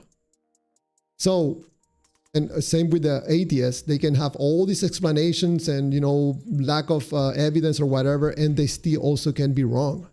So let me ask you something. What would happen if we take God away from your life? What would happen to you if we remove God from your life? Will your life continue exactly the same, or something is going to change? We would have to first start by defining what God is. And Okay. I think that Whatever you define as God in your life or relate as God being God, we remove that from your life. because of my unique perspective on my spirituality and religion, all Mhm. existence would cease to be if God was removed from it. Like there would be no existence No, because no. of the way I view God. Okay, so let's remove God up to the point, not to destroy your life, but for you not to have a relationship with God. Do you know what I mean? I know what you're suggesting, but I think it might help if I give a little context of my background. I'm not what would be classified as a traditional Christian. I'm more of an eclectic spiritualist. So Okay. I've spent over 30 years delving into a plethora of spiritualities, including Taoism, also through Druidry, and Catholicism. I was actually a cradle Catholic, and I've been exploring it again for the last year because of the universal truths that I seek with inside of nature. I'm seeing them echoed inside of Catholic teaching. So it's actually saying, because like you, I was raised, right? I know you were a believer, you said, and you had stepped away. I was a believer and I had stepped away and searched elsewhere. And then I started to see what I felt was commonalities within existence, which now draws me back to restudy and reconsider Catholicism. So when I look at God, I think God, and it's interesting because some of the studies I've been doing is they say that Catholics say they do not know God, but they seek God. So even within Catholicism, the way I understand it, God is a concept. God is spirit. God is love. So the actual concept of existing and rational thought, like I would argue that in Genesis, when it says that we were created in God's image, that's our ability to think and be self-aware. So to remove God is to remove our very existence from my personal point of view. So even though I understand what you're trying to suggest, I believe that we cannot exist without God. Okay, let me make it a little more simple. All these things that you said, that, God is a spirit or a concept, Yes. all those words or definitions, I don't think you came to that conclusion without information provided to you by other people, which could expose you as being wrong. But let's say that this belief in God that you have right now gives meaning to your life. Would I be incorrect in my assessment? Well, there's two assessments that you made. So for your second assessment, yes, my belief in God gives meaning to my life. That is correct. So just for the purpose of the example, okay, I'm not going to force you to participate in the example, but let's say that because you take a medication or something, now for some reason, the meaning is not there. Okay, so suddenly you have no meaning and you have no connection of meaning to God. Are you going to continue the same with your view about God, or something is going to change? I think I see what you're attempting to drive at. The reason I'm having difficulty separating it out is the very cells that make up our body. To me, I have a very monistic view on creation. That since I believe that God is beyond time and space, what material did God use to create time and space other than essence, divine essence? So this world has some divinity within it. So to separate God would be to pull apart the threads of reality, in my view. Now, if I was to instead take the relationship and awareness, I think it would make me an empty shell, almost like a zombie, to not be self-aware, because I personally view, within Druidry, we have a term called Awen, or Emos in Irish, which is divine inspiration. I believe that the divine creator speaks through us creatively. So everything that drives me, passions to create, to bring about something, or to have compassion, or to feel, to love, all of that is driven by my relationship with the creator. So if the creator was removed from that, I believe that would leave me an empty shell, incapable of feeling, self-awareness, or thought. That's my interpretation, at least. Right. You're absolutely right, Blaze. Allow me to be more bold. The only Please. reason, in my view, that you believe that God is real is because of emotional reasons, not because of God. You are already reaping the emotional benefits from believing that God is real, even when you have not found God yet and you have not met him. So we can agree that there are some benefits from believing without the direct experience of God. Someone could conclude that, hey, yeah, believing in God feels good. Believing that the most powerful being in the universe loves me and protects me and is going to wait for me when I die with, big arms and a hug, that feels good. It is my point of view that behind the belief in a God, whichever God, there's nothing other than feelings. Not only I'm saying that, I'm demonstrating that, because if you are a human being, you have to go to a human process in order to process information. The only exception to that is that if you are an extraterrestrial being.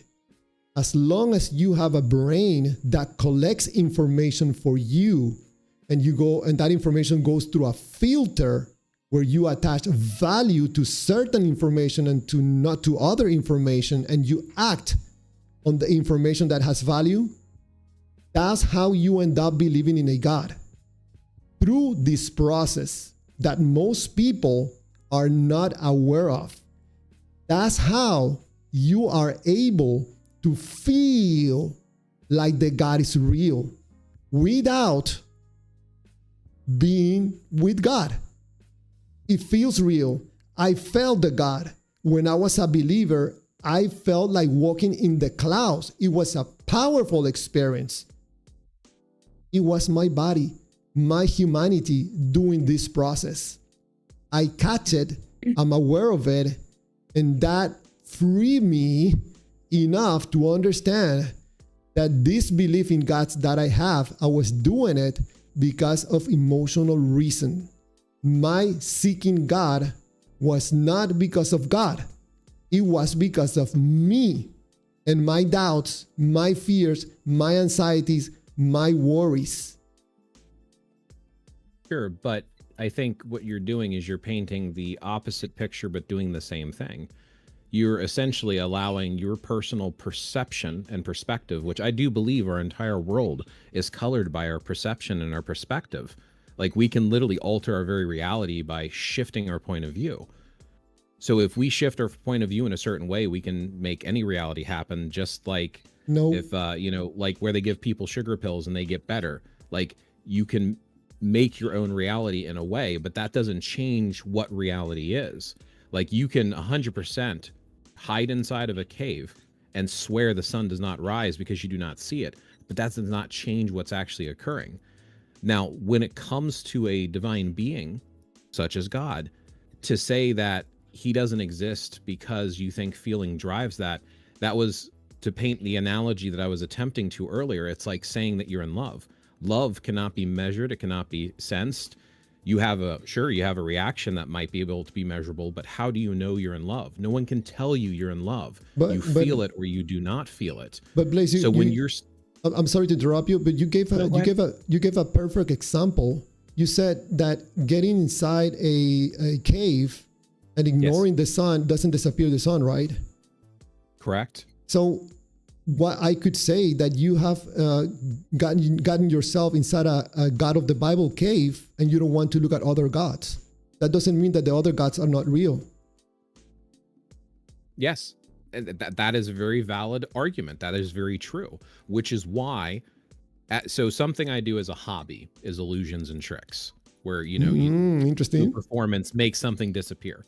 The point is, from perspective, I can make you see something and convince you of something that's not real. We do this all the time to ourselves as human beings. We trick and fool ourselves, which is why we can't just instantly jump on, well, because of my current perspective or situation in life or in spiritual growth, I saw something or did not see something, therefore I'm going to dismiss it. But this is why I try to look towards others, because as human beings, we're social creatures. We learn from one another. So again, to go back to my analogy of universal truths, if there is no divine creator, there's a couple things to consider. The first thing is, where did we come from and what is it to be self-aware and exist? Even if we can't answer that, which most cultures, I would argue, look to some divine source. Some, like, it could be multiple gods. It could just be the chaos that came in to be the balance called the Tao. Like there's different ways of looking at it, but ultimately everyone looks to a external divine source that started everything. And within our world and our reality, everything gets started until you start talking about energy. Then it can't be created or destroyed, and there's all these exceptions. So now I try to look towards learned individuals, scholars, psychologists, theorists, and all different people that get into different learnings and teachings. And then I observe these different cultures. Like I said, I've spent the last 30 years looking at all sorts of different types of spiritualities. Like I have my favorites, but I looked and asked myself, what is it that they're looking at and what are they observing? One of the analogies that I love is there's three blind men and they're all basically feeling an animal. And one of them is like, oh, this is a serpent-like animal that has like a little tuft of fur on it. And another says, no, this is a thick, strong animal that has a snoot on it. Like, oh no, this has limbs that are like trunks. And basically they're all describing an elephant, but they're touching different pieces of the elephant. So they're describing it based upon their perception. So I'm looking for those commonalities. And in a lot of spiritual realities, they're pointing to some form of divine source. So it seems to repeat the experience. Now, I can't just rely on that. I can't just, well, they said so, because what if a large group of people are doing this? That's where we have to combine our self-experience, listen to others, observe what they're doing and test it, but then also listen to our own selves. Because at the end of the day, everyone is going to have their own perspective and swear up and down that what they know is true and no one else is right. I noticed that you said that, correct me if I'm wrong, you said that everybody's looking for something, for a creator. Yes. They're looking for purpose in life. They're looking for what is the origin of the self. Because we're here, we exist, life happens, and we're self-aware. But what is the self? What are we? But Blaze, I am not looking for a God. I'm not looking for a creator. And I think a bunch of people are not looking for a creator. That could potentially be one of the struggles and why you have topics like this, like whether or not a God exists. Like, If you decide you are not looking for the ground and you never look down, you might be convinced the earth does not exist because you refuse to look in that direction. But the same thing can apply backwards. Why are you looking for a God?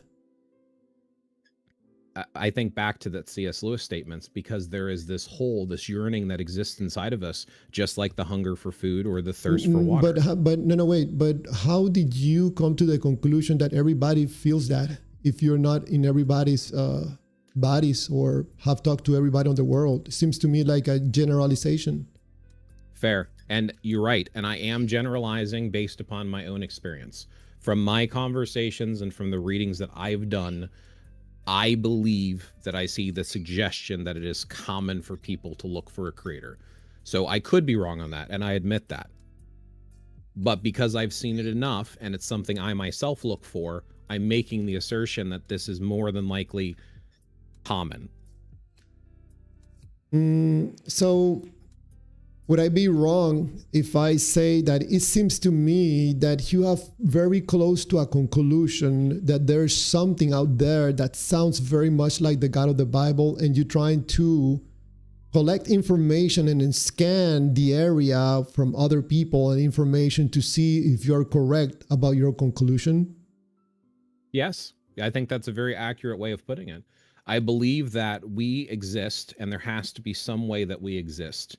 And I think observation and reading different philosophies and psychologies and religions and spiritual experiences, that a lot of people try to explain this existence as pointing to a divine source, some place that we spawned off from. And then I compare religious and spiritual texts to look for universal truths, as I call them, commonalities within religion. I've seen passages in the Bible repeated within Taoism and Hinduism as an example. I've actually got a list of a couple if you want to hear some.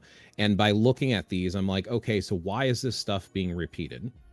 And ultimately, I'm using my own conscience, which I personally believe is our Creator speaking to us, to guide me. I know that there's no way for us to know. That's why it's belief.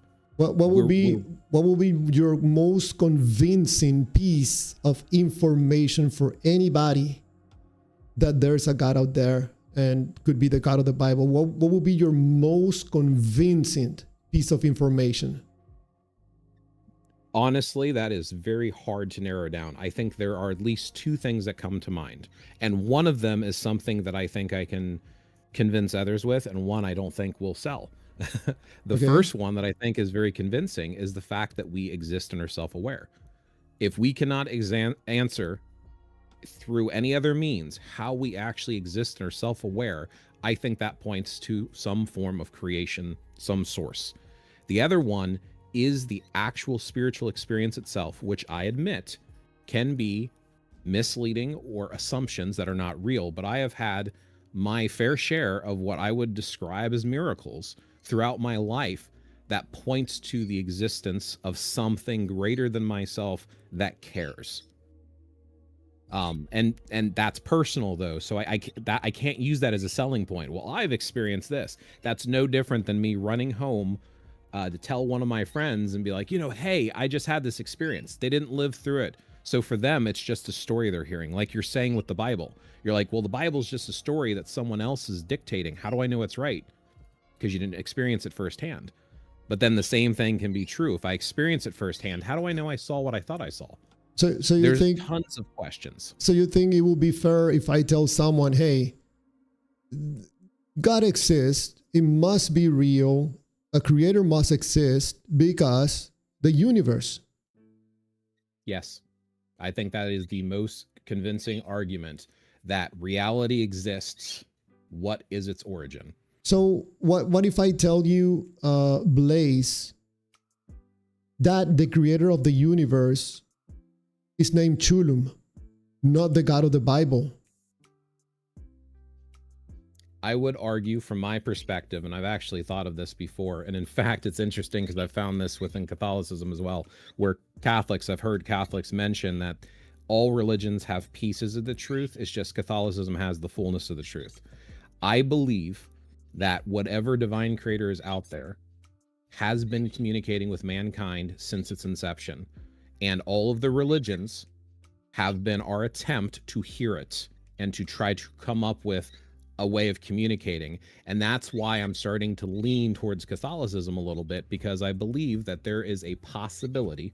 I'm not 100% certain. Again, I'm looking at a possibility. What if Jesus is 100% God in the flesh that came down to help shape things and correct them? Because so many people were doing guessworks with their religion. So for you to say that this is the creator, and I apologize, I forget the name that you mentioned, and you're saying it's this name, I'm saying that the creator is so prevalent and so obvious, like the air we breathe, so obvious, that you're right. You just have your own personal skewed vision of it versus having a direct line to it. And the reason I would argue for the possibility of Jesus and supporting that is because when I look at history, how did this small group, a group of individuals, the Jews, who were second-class citizens, who didn't have a standing army in a small area with a group of 12 individuals that didn't believe like the rest of them, how did that turn into a religion recognized worldwide? How did that survive? For all intents and purposes, it should have died out. But it's still here. Yeah, so the question rises, have you researched Chulum? I have not. Actually, I've never heard the name ever. So, but the fact that you would suggest it does not instantly dismiss it. It instead would then turn into a conversation. What are your personal experiences? Because this goes back to what I was saying before. Just because somebody says something, I can't just be like, oh, somebody said it, it's true, or dismiss it. Well, that's your experience. That has to be wrong. Instead, I have to ask myself, where did you hear the name? Who taught it to you? What sort of experiences did other believers also have of this being? Does it relate to any of the others? Like you mentioned the God of the Bible, but the way that I've perceived it, at least through Catholic study, is it's not the God of the Bible, it's the divine creator beyond our comprehension. The Bible is one way of interpreting that infinite being. So it seems to me that there's a possibility that you put yourself in a cave with a creator with certain properties that you have seen through this process of research and understanding and, coming to this conclusion, but you have to put yourself in probably unconsciously in a cave in relationship to Chulum. I consider it more along the line. Well, first of all, there's so many different religions, cultures, and languages out there. I don't believe it's humanly possible for me to learn them all. So I'm doing the best I can with my limited perspective. In fact, I typically use what I call the mountain theory. I believe that divinity and God exists, but it's like the sky. All of us are walking paths up the mountain to try to reach the sky. We're trying to reach God. And all of these paths are religions. Everyone's taking their own road, and everyone swears that they have the safest road up the mountain. The higher we climb, we start looking out down around the world, we get new perspective. And no matter how far up the mountain we get, we eventually realize we will never touch the sky. But the climb up that mountain gave us the new perspective to see with new eyes. And like human eyes, we cannot see the far reaches of every inch of the earth. We can only see from our perspective. And this is true with the example that you gave of this being that I've never heard of. I have not perceived it with my own eyes or ran across it. I can't rule it out. I can't make a good analysis of whether or not I would trust or believe or think it's possibly real because I have no firsthand experience. But I don't dismiss people's experience without understanding what they are. But Chulum will be dependent on your decision or conclusion that he's real to exist?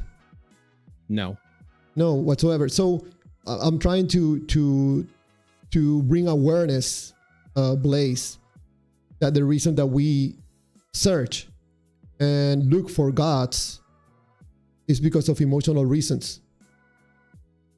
In the case of Chulum, the reason why people don't believe in Chulum, which is the only creator of the universe, is because Chulum doesn't have a book. Chulum doesn't market himself. Chulum has no heaven, no hell. Chulum doesn't interact with humanity. There's no emotional rewards with Chulum. Chulum is just the creator of the universe. That doesn't mean that he wants a relationship with you. What for? He's God. He has everything he needs. So it seems to me that people are not interested in Chulum because there's no emotional benefits in Chulum. There's no pirate treasure to found like the God of the Bible or another creator that communicates with us. That research, that trying to get to that God gives meaning to some people. that relates to providing emotional benefits to a person. It gives some meaning to their life. It gives them hope. It gives them direction. It gives them, again, meaning, without proving that whatever they're searching exists. Because if Chulung exists, or the God of the Bible, or some other creator is not of importance. The thing that is giving us life as human beings is no God, is feel. I don't know if I agree with that. And part of the reason I can demonstrate it to you right now. Okay. So my question with you will be, how do you feel about the entity or God or whatever you think exists? How do you feel right now? I'm sorry, could you rephrase that? Yeah. How do you feel about the God, creator, or entity that you believe is real? How do you feel about that entity right at this moment? Overwhelmed would be the first thing that comes to mind. So being overwhelmed, is that a negative or a positive feeling? It's both negative and positive, because the feeling of being overwhelmed both drives us to find that equilibrium and balance, but gives the hope that that equilibrium and balance is possible. What do you mean by that? To me, overwhelmed means feels good. Well, I don't know about that. You can be overwhelmed with having too much work to do, where it's panic. You can be overwhelmed with so much good that it is busting at the seams. It's that little in-between place where you're kind of like on the tip of a knife's edge, where it could go either way. Okay, so overwhelmed means good and bad. Yes. Okay, so where's the bad part? I would say it's based upon the circumstances, yes. No. Right now, you feel good, or you feel bad, or you feel good and bad about God? Both. Okay, so here's the problem with being able to answer you straight. I'm not trying to beat around the bush. I know I am, but it's difficult to answer you straight, because I acknowledge as a human, I can be flawed, imperfect, and uncertain. I could be wrong, and I admit that, and I know that. It's not that I'm here telling you that the divine creator is 100% factual and I can prove it to you. It's not like I can take the divine creator and put it in your hand and you can feel the divine creator firsthand, undeniably. There's no way you can refute it. It's something that is like the quality of being in love. It's I can explain to you what I feel and why I feel it, but I can't have you feel what I feel. Yeah, Blaze, do you understand what's going on here? Do you know how many times I have gone through this same process as we're going right now? Oh, I believe you probably went through it all the time. Yeah, so it's to me, it's absolutely obvious that you consciously or unconsciously know where this conversation is going. We're not going in the direction of God. We're going in your direction. That makes the believer a bit uncomfortable. When I ask the person, how do you feel about God? They would tell me, well, I feel good in the bad. Well, I feel correspondent to the process of believing. They will go with, I call it acrobatics. Sure. Because we know that I know that you feel good about God. How can I be so arrogantly sure? Because you are a human being. And as human beings, we have this pre-program in us to avoid pain and follow pleasure. You're not following God or believing in God because it's produced you pain and makes you throw up and you feel horrible and you feel fearful. No. But it's hope. It's not necessarily guaranteed. Like Is even hope, the most about. Is hope yes. a good feeling or a negative feeling? Hope is a great feeling. Yes. You're not following God. You're following pleasure. I don't know if that's the same thing. Because when you talk about pleasure pleasure can mean different things to different individuals, and that's the crux of this whole conversation. Like, when you talk about does God exist, you're talking about something that is not testable within scientific means. If we have things that only exist if we can prove they exist, we limit our world and scope. In fact, modern science has been driven off of impossibilities. We look Blaze, for. I'm sorry to have to interrupt you. I'm sorry. Yeah, no, go ahead. It seems to me that you're taking this somewhere else. Let me. I tell pleasure, but let me tell you the more technical thing about what's going on. Sure. When you collect data about God, you find yourself at that moment with what I call feel states. For example, a person can find themselves in a negative feel state all the time about their mortality. And when they're getting older and older, that worry, that anxiousness about their mortality grows bigger and bigger. And they're starting to notice that negative feel state is not going anywhere, even when they are with their spouse, their families, their job, they're doing, no, it's getting bigger and bigger. So what's the only thing that is going to get that person out of that negative feel state? Some God that is offering eternal life. So a person takes that data, sees the value in that data, they're going to connect that data to their negative feel state, and they're going to take that negative feel state into a positive feel state. In that process, this is how we live our life with everything. It doesn't matter if the God is real or not. It doesn't matter. It's the data. Yeah, I mean, that's kind of true. I mean, it's the same way we choose what to eat and how to live a healthy lifestyle. Either you value your life and you try to strive for things that are good for your life, that improve your life, or you don't. And religion is the same way. Yes. I don't think you're wrong on that assumption, but I don't see how that removes the existence of God. Just like eating healthy, if it has the positive impact and effects on you, if you look at the fruit that's born of your decisions, that's how we learn as human beings, right? If we touch fire and it's hot, our survival instincts pull the hand away from the heat. That is part of the human condition. If anything, I think that drives us closer to the possibility of a creator, because again, through spiritual dangers, we reflexively will move away from things that are dangerous. You do bring up a good, valid point, though, that God does not need to exist to follow religion or spirituality. That is true. But that's also why we need to assess when we follow spiritual paths. What does it do to the individual that follows a religion?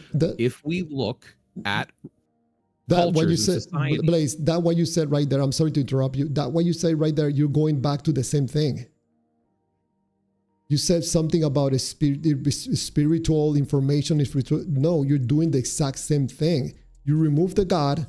Now you're going for the valuable information about spirituality. You're not really following spirituality. You're following moving yourself from a negative feel state into a positive feel state. You're just putting a name on it. But again, that's the human condition. How else do you assess? How do you assess what you do in life if you don't allow what is harmful for you versus not harmful for you? Like, how do you make your decisions? Yeah, the problem is that in my view, this process is an instrument that we use to get us from point A to point B, not to determine truth. And that's exactly what we're doing when it comes to gods, which people are confusing God with information provided to us, supposedly being God, which you could be absolutely and totally wrong because there's a process going on internally that you're not aware of.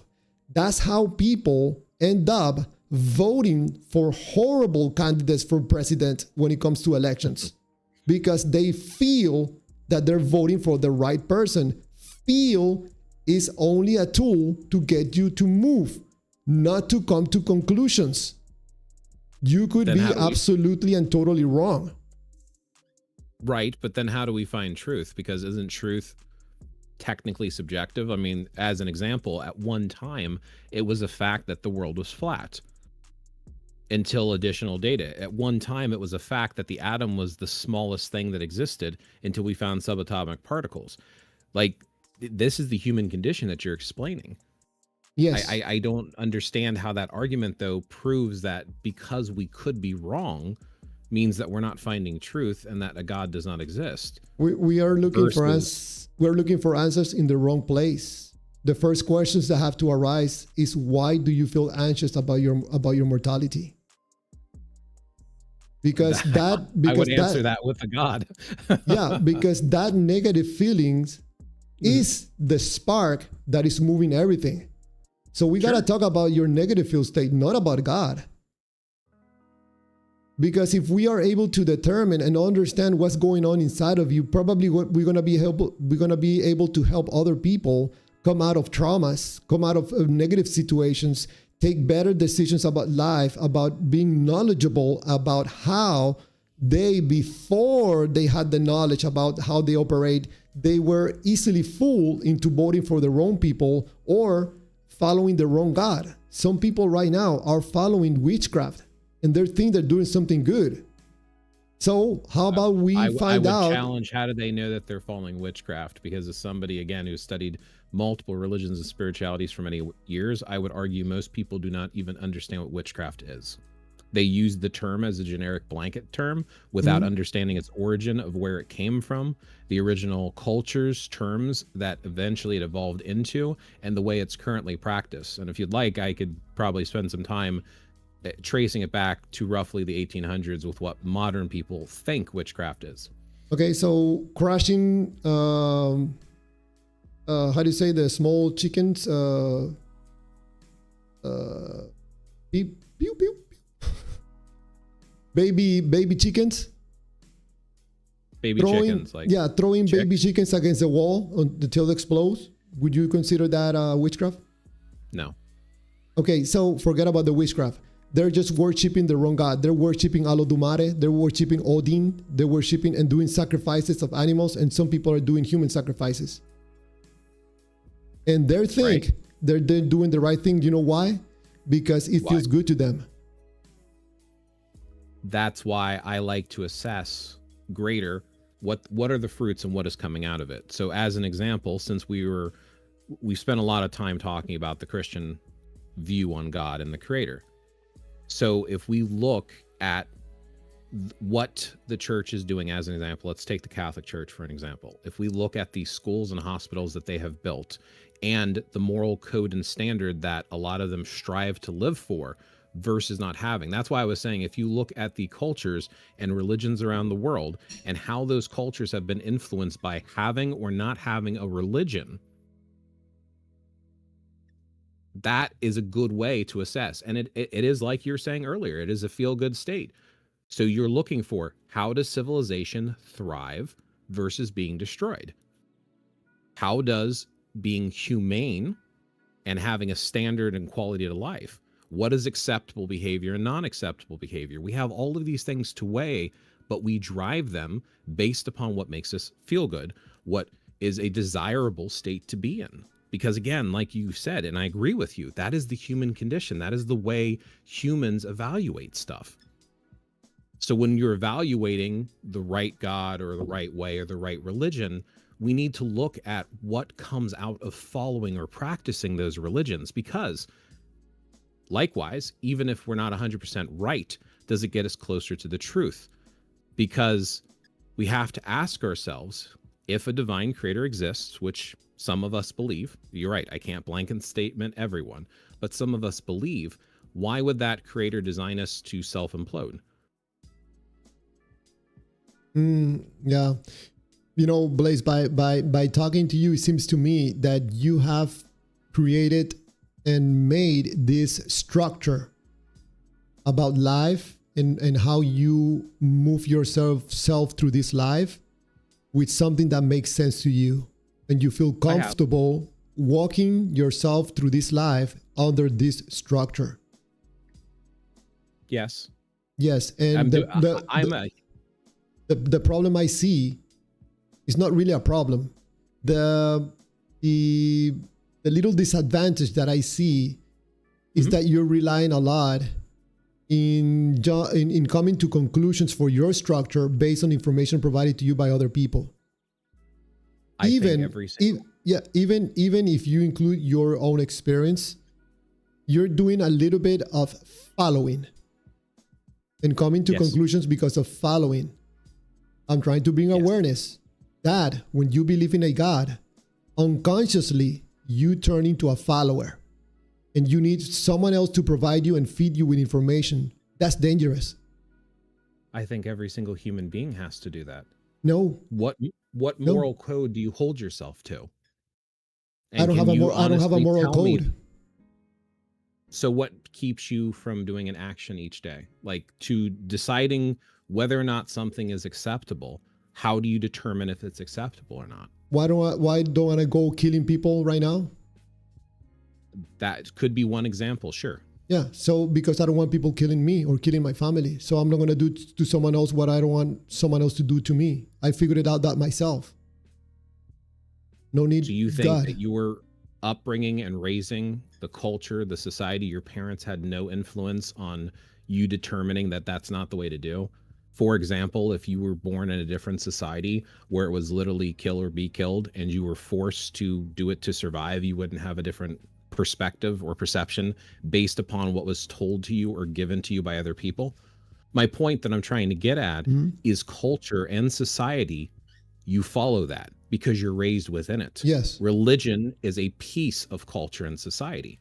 I know I was influenced. I'm completely admitting that I have been influenced and have been following my upbringing, the way I was raised, and when I look for different religions, spiritualities, or guidance or morality, I weigh it against the way I was raised and see if it makes logical sense to me. Because that's the human condition. That's what we do. We're raised, we're told, we have expectations given to us, and then we reach a certain point where we start weighing it against the other things that we experience and seeing what fits based upon feel and feel alone. Does this feel right to me? Yes or no, and why? And most of the time, it's a question of, does it benefit me? Most humans are driven by, is this beneficial for me? If you take the case of a society, harming other individuals has negative repercussions. So some people decide not to do it, while others will do it anyway because they think the benefit of getting away with it outweighs the feeling of doing it. Yes. But some people, when they do it, it feels wrong. It feels bad to be done. Yes. And I think that's that voice from our creator, in my opinion, from my experience, that off feeling that feels like it's not right.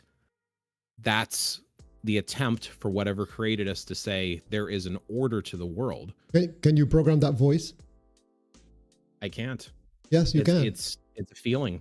No, can you program that voice and that feeling? Yes, you can. Absolutely. You can program it? Yes, absolutely. Like change it. Absolutely. You know why can I say this with authority? I do it myself with people. I have done it. People with traumas. Change it. You can program this. When you accept information from other people and you do it without filtration, you're being programmed. You watch TV, you watch videos, you're getting programmed all the time. And you're going to react unconsciously to situations based on your programming. So you're equating external influences to being basically programmed, or events being traumatic, lasting as in like mental scars type of a deal? Yes. Yeah, I could see that. And not only with traumas, with normal behavior. You can influence behavior by programming someone. And it can be done unconsciously. People just watching TV or watching videos in TikTok. So if that's the case, then why is it that the world is in the state that it's in? Why do we have the stability in some countries and the instability in others? Why has the world not self-imploded at this point? Because, in my view, is because ignorance on who we are and how we operate. So because we don't know that, we follow other people that we think that they are authority or have the truth, when we are being mistaken and we're paying the price for that. Then how do we discover what is truth? Like how about we stop discover? talking about invisible entities and trying to find invisible entities, and let's talk about the believer and the one that is trying to look for truth. Why are you looking for truth? What's going on with us? How about we help each other? How about we assist each other? How about we all look for lost people that are not found? How about we help people that have been through traumatic experiences? There's so much to be done down here, and so many people are focusing on invisible entities. Okay, but what drives those people to focus on those things? So you were naming a couple things that I personally would argue are morally good to look for people who are lost, to help individuals. But that morality, for me at least, was driven through religion and spirituality, which you're suggesting should not be something looked at. So if we remove that, what is the driving factor then that would benefit humans to do that? Because a lot of these moralities that come from within inside structured Christianity or any of the major religions are moralities that are driven from a higher source, a higher power, an invisible entity that you're talking about. So if we assess the outcome of it, maybe at the end of the day, it doesn't matter if it's real or not, because we need to look at the outcome and the benefit to humankind. Yeah. So people have driving factors for decisions they're making, and at the rawest instinct, humans avoid harm. If it hurts them in some way, shape, or form, they will have avoidance. So how do we keep ourselves from being instinctual beings that do not think or consider others? We need to elevate our intelligence and awareness. And a lot of thinkers, not all, but a lot of thinkers have brought that into the realms of religion and spirituality. Well, you said a lot there. Let me see if I can respond. It seems to me that for humanity, believing in invisible entities is a problem. It takes the energy that should be invested down here and is taken out to the esoteric. If anybody wants to think about God and the morality of God, I think about Chulum. Chulum already gave you everything that you need. The only thing that Chulum asks for you is to please don't follow him. Mm-hmm. Because he already gave you everything that you need to live your life. You need truth, you have it.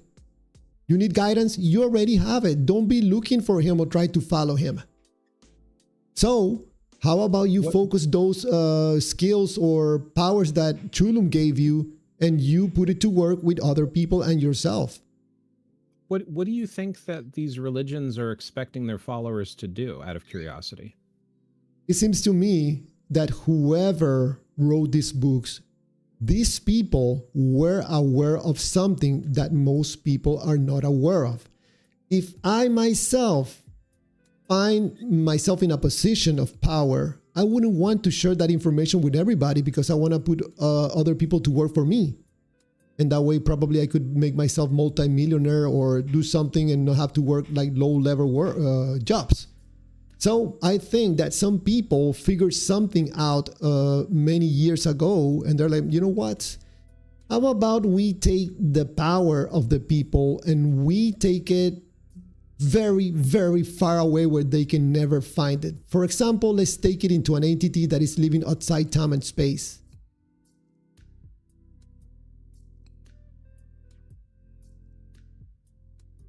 So you think it's a system of control, basically?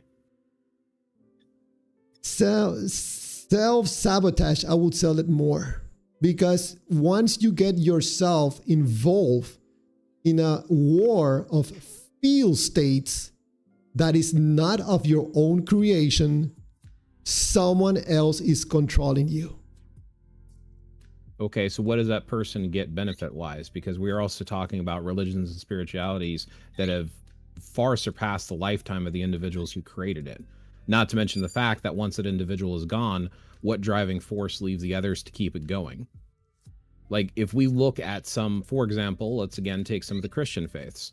Look at what they're doing. Some of the self-sacrificing, donating time, effort, building places for homeless people to live, feeding the hungry and the poor.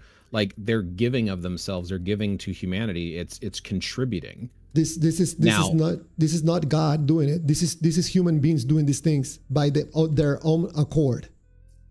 But what the spiritual individuals say, that driving factor, the reason that they're doing that is they describe God as being love. This is why I think it's important to discuss what is God and defining what God is. I mean, I hear you saying not to look for it, but a lot of the things associated with this infinite, omniscient, omnipresent being is literally within all of these feelings that drive us.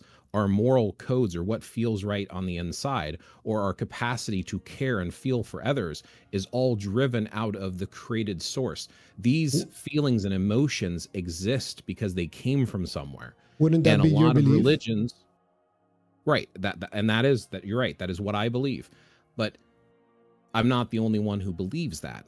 And if these feelings exist, if they did not come from a God, where did they come from, and why are they here? By observing and looking at the divine, at looking at spirituality, at looking at the source of creation and stuff, it drives us with a purpose of saying, I'm doing this because I tell you it's the best thing to do, versus we were created, we all feel this deep inside of us. It's the human nature, it's the humane thing to do because we were created and designed to do it this way. That is a lot more impactful and a lot more of a banner to get behind than just because one person says to do it. So can you get a person to help poor people and feed poor people, and that person be an atheist or an unbeliever? Yes. So where's the God in their actions? They're just not conscious. Right, they're not conscious of the God. That doesn't mean that the God is not there. Like even you yourself had admitted, there's the possibility of a God. If a lot of these religions and spiritualities are pointing to a source for the ethical values that are inherent in human nature, and they're saying that it's an outside entity beyond time and space, first of all, they can't prove it's right, but we can't prove it's wrong either, and it's still a driving force. It still came from somewhere. So why is it so harmful to believe that that source is external? And if it feels so good to follow this way, why is it? Let's say that I agree with you. Sure. Okay, that's God doing this, but that is Chulum. That's not the God of the Bible.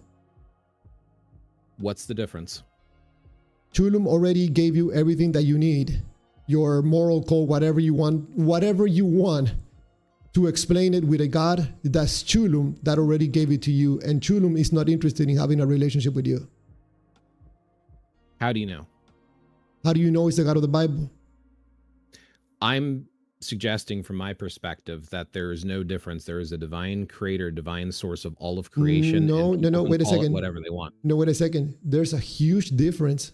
One doesn't care about a relationship with you, and the other one is desperate to have a relationship with you. It makes a huge difference. Yeah, that could make a huge difference, but I would argue, what evidence do we have that the being that is the creator, that the creator does not care? I personally, from my personal experiences, from what I've been told by others, read from others, and have observed firsthand, suggests that what created us cares about us because of the design of the world. This is my assumption, and I don't expect everyone to believe it, but it is what drives me personally. So, and I don't think I'm alone on that assumption. Yeah, but we go back to the beginning. You still could be wrong, and the only thing you're coming to that conclusion and that belief is because it makes sense to you. Yes, but the same can be true about any religion or spirituality. Yes, there's a lot of things that we don't know. Absolutely. As far as we know, this entire reality could be a fever dream. Yes, it absolutely. Is very possible we are biological computers. And I agree. When we run our course, we cease to exist. Yes. So it is up to us as humans to determine how we spend our time. But again, to use my analogy with love, when you feel yourself in love and you like you said, that good feeling that drives you, you follow that good feeling. So for those of us who feel and sense the creator from our own spiritual experiences, we choose to follow that and have that relationship for it. You said yourself you had felt when you intentionally sought God, you felt God.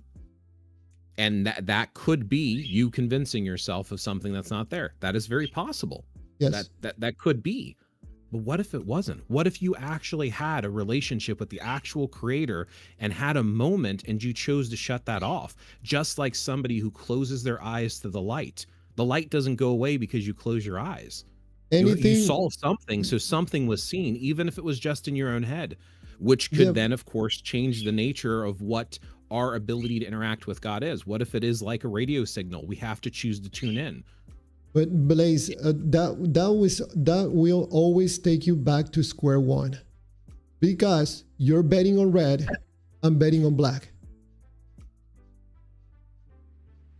What is red and black in this scenario?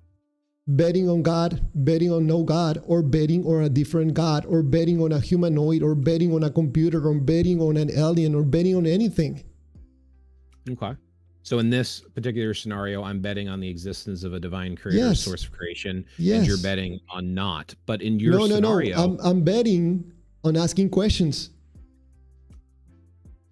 I'm sorry, what was that? I'm betting on asking questions. I haven't come to a conclusion. Fair. That's fair. That's why I wanted to talk to you. By the way, I'm enjoying this conversation, if it's not clear. That's why I wanted to talk to you, because I think these are important questions to ask ourselves. From my perspective, I don't think anyone should follow blindly. But I guess the difficult thing in this particular conversation, which I appreciate the challenge, is at the end of the day, a lot of the questions you bring up, you do have to make a bet. It is a gamble. So what is the pros and cons? If I feel something, and I say, as an example, I say I'm in love. If I am in the state of being in love and there are benefits to my relationship because of the love that is shared between me and my partner, why does it matter? Why is that a bad thing? In this case, in this scenario, I am looking to the divine creator and I have a relationship with the being who created me, and I am seeing benefits both for my mental health, spiritual well-being, and I'm seeing what I would describe as miracles. And if this is just my perception, that I'm pretending that I'm feeling and seeing this, and that just happenstance and I'm focusing on the positive, so what? If at the end of the day, the benefit is still there, what am I doing to my life that harms me by accepting that versus casting that out because of doubt? What does the doubt bring to me or give to me? The example that you gave about the blinding love, being in love with another, human being. Yeah. It could be beautiful. Yes. It could be not beneficial. It could be bad. It could be horrible. And it could be deadly. Sure. So that's why I think when we choose a religion or a spirituality to follow, and honestly, this is one of the things that has made me study Catholicism recently, because I'm looking at what Catholics offer the world and each other and what you get from being a Catholic. In most cases, it's about learning morality, holding yourself to a higher standard, and being charitable to all humans around you. However, in some of the neo-pagan faiths that I have studied, not all, but a lot of people are about self, me, gimme. You did a little switch there. I'm sorry? It seems to me you did a little bit of a switch. How so? Because we're talking about the reliability of coming to a conclusion based on how good you feel about the conclusion. And I'm telling you that it could be deadly. Sure, but how is it deadly? In what fashion? So you take find Christianity, for example. No, hold on. You find a girl, and this girl is beautiful. Mm-hmm. And you get this data from this girl about the hair, the eyes, the beautiful smile, and you connect with some negative feeling about yourself, or a little bit of negative feeling, like loneliness, and this is the perfect girl that you have as an example of the girl of your life. And you know that if you don't take action, you're going to feel horrible, and you want to avoid that negative feel state. So you're going to get that data, and you're going to move yourself into a good feel state by approaching this girl and making her your girlfriend. And people are telling you that girl is not a good girl. but you don't care about that data because you have nowhere to connect, because you have no negative field state about that. So you come to the conclusion because you feel good about this woman, you think that because it feels good, it's going to be good for you. 3 months later, she's sleeping with someone else. That is a great analogy. Honestly, it really is, because that is why when it comes to spiritual matters, we have to discern with more than just what we're told and from our firsthand experience. We do have to use our own ability to rationalize and reason when we're going through stuff. We should be able to ask the big questions. We should be able to ask for evidence and experiences. We shouldn't just buy into things because we're told to do so. I actually applaud your willingness to ask and question things and have doubt, because what you're doing here specifically in this analogy is you're painting a really bad scenario to give the example. But this same thing could be true when seeking some sort of relationship with whatever created us here. If you actually reach out and connect with the source and it does care, again, I'm painting a very, very specific thing versus just whatever's going to answer me. But just because you reach out spiritually, you could get an answer. That doesn't mean what's answering you is what you want to be answering you, and it might cost you something. But you know, Blaze, we're talking about the superficial aspects of these field states. This goes deeper. What do I mean by that? Even your question could pose yourself being asking that question from a field state, and you are not aware of it. What do I mean by that? You're asking questions that you think you're being, you know, researching and asking questions. Even your question can bring you to a positive field state, and you're not aware of it. But I am aware of it. Not only am I aware of it, but I admit to it. But my question for you and challenge for you is, what other means do you have for discernment? I think as a human being, I'm not going to get away from field states, because that's how we move in this life. Okay? Right. But I'm trying to understand myself more, to the point that these field states are supposed to be a tool, not a means of finding truth about anything. So I think I'm learning myself how I operate as a human being. I think if I had all the answers about how we operate, I would not be here doing live streams. Probably I would somewhere else most likely.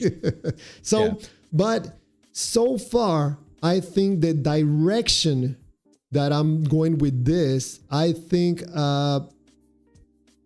explains more about life than an invisible entity or a religion explaining life, because most of the answers are not in the God, are in the believer, not in the God.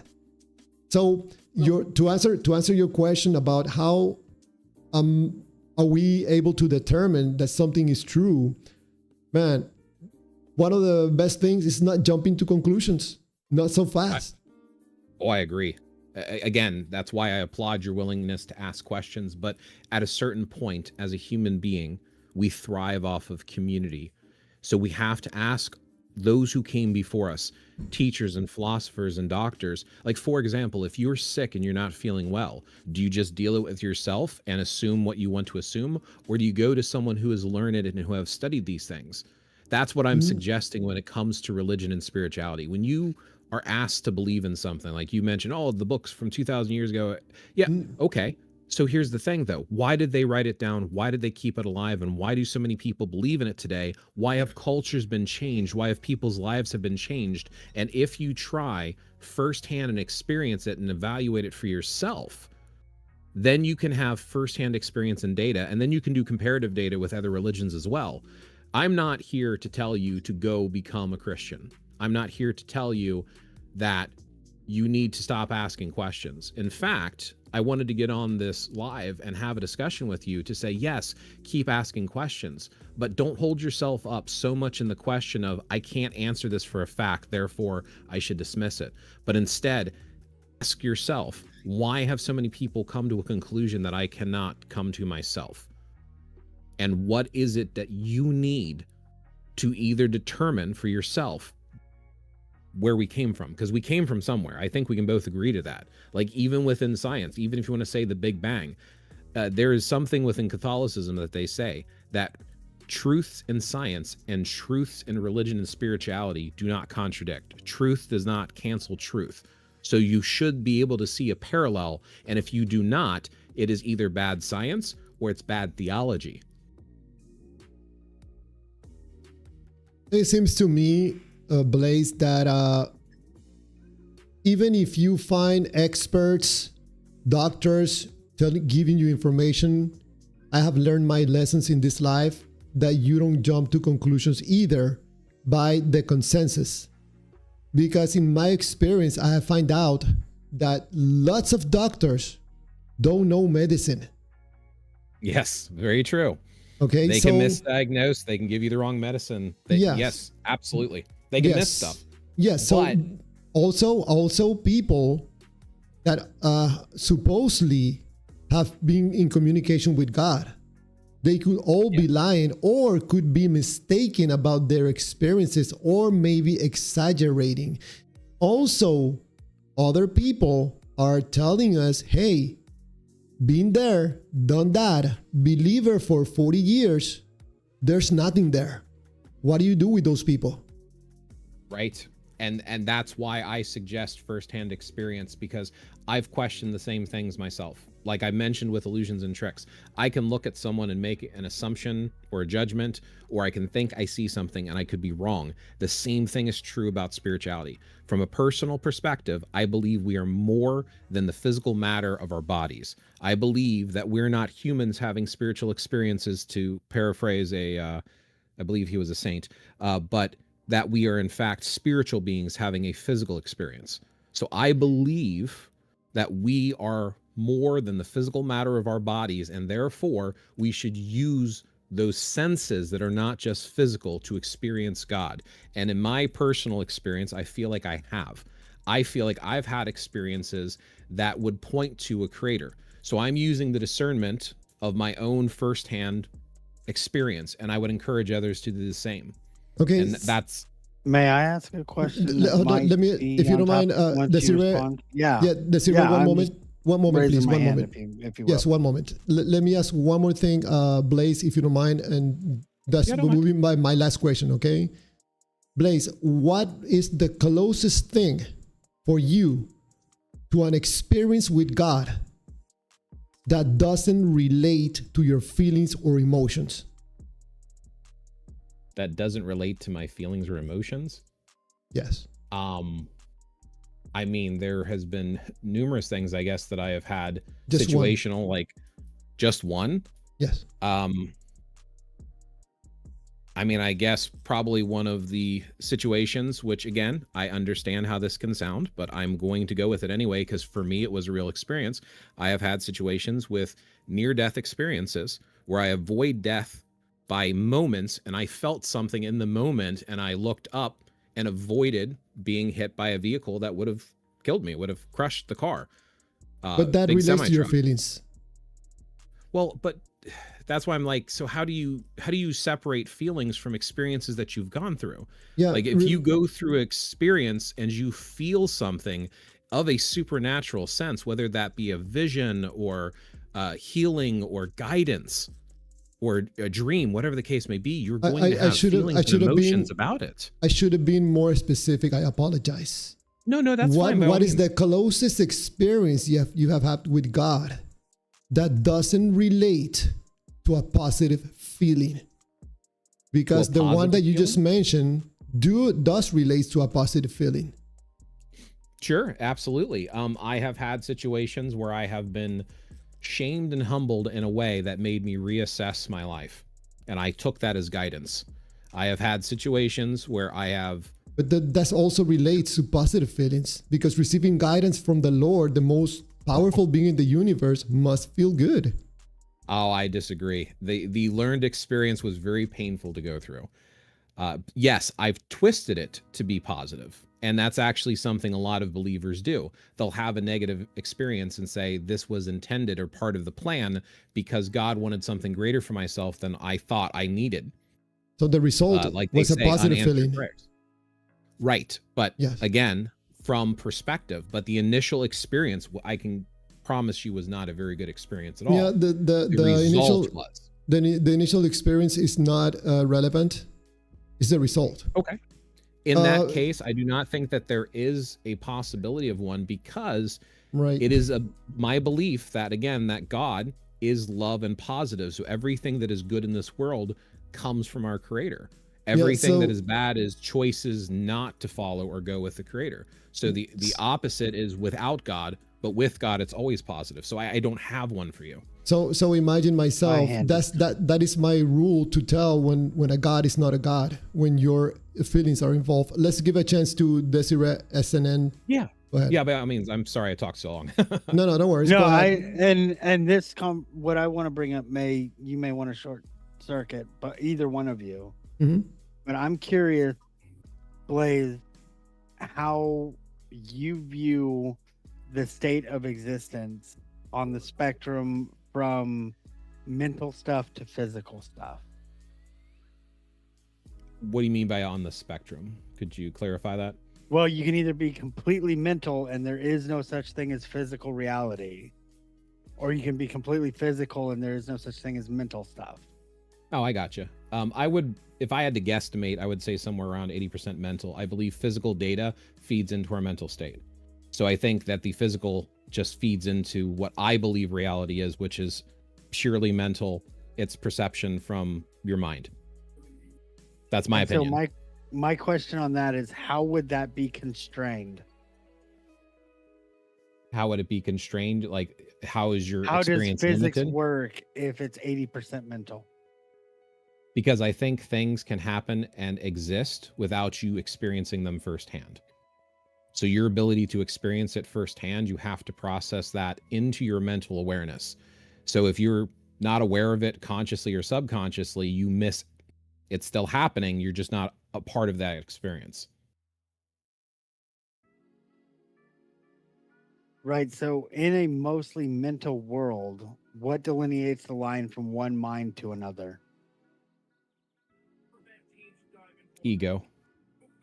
I think we're What all is ego? interconnected. Is ego something is different than a mental thing? ego is focused on the self. It is. And I think our mental blocks keep us from being connected with others. I think we are ultimately connected on the greater scheme of things, but our perception is focused in on the self, on the ego. So it limits our view and scope. And I think this is part of why people have spiritual experiences. They open themselves beyond the self, and they're willing to open themselves to the possibility of the existence of a God. Clearwater, I would ask the same thing of you. Where would you fall on that spectrum? Can you repeat the full question, please? Do you think the state of reality is physical, or do you think it's mental? Or do you think it's somewhere in the middle, and where would you fall on that scale? I think that if I understand correctly your question, I think part of reality is invisibility. That's how we operate in a mental level. We have information in our minds that is invisible.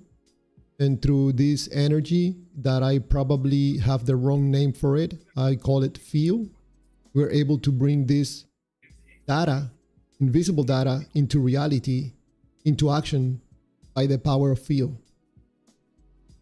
So something in what you're saying makes me want to say, in a purely physical reality, the mind does not exist. It is a product of physical processing. There is no separate mind. That's more what I'm talking about. Yes. And in a sense, I agree with you, but that doesn't take away that in your mind, you have data. Right, data would be a particular configuration of the physical brain, right? Of the brain, yes. Yeah, so you lean very heavily towards physical. There's very few mental things.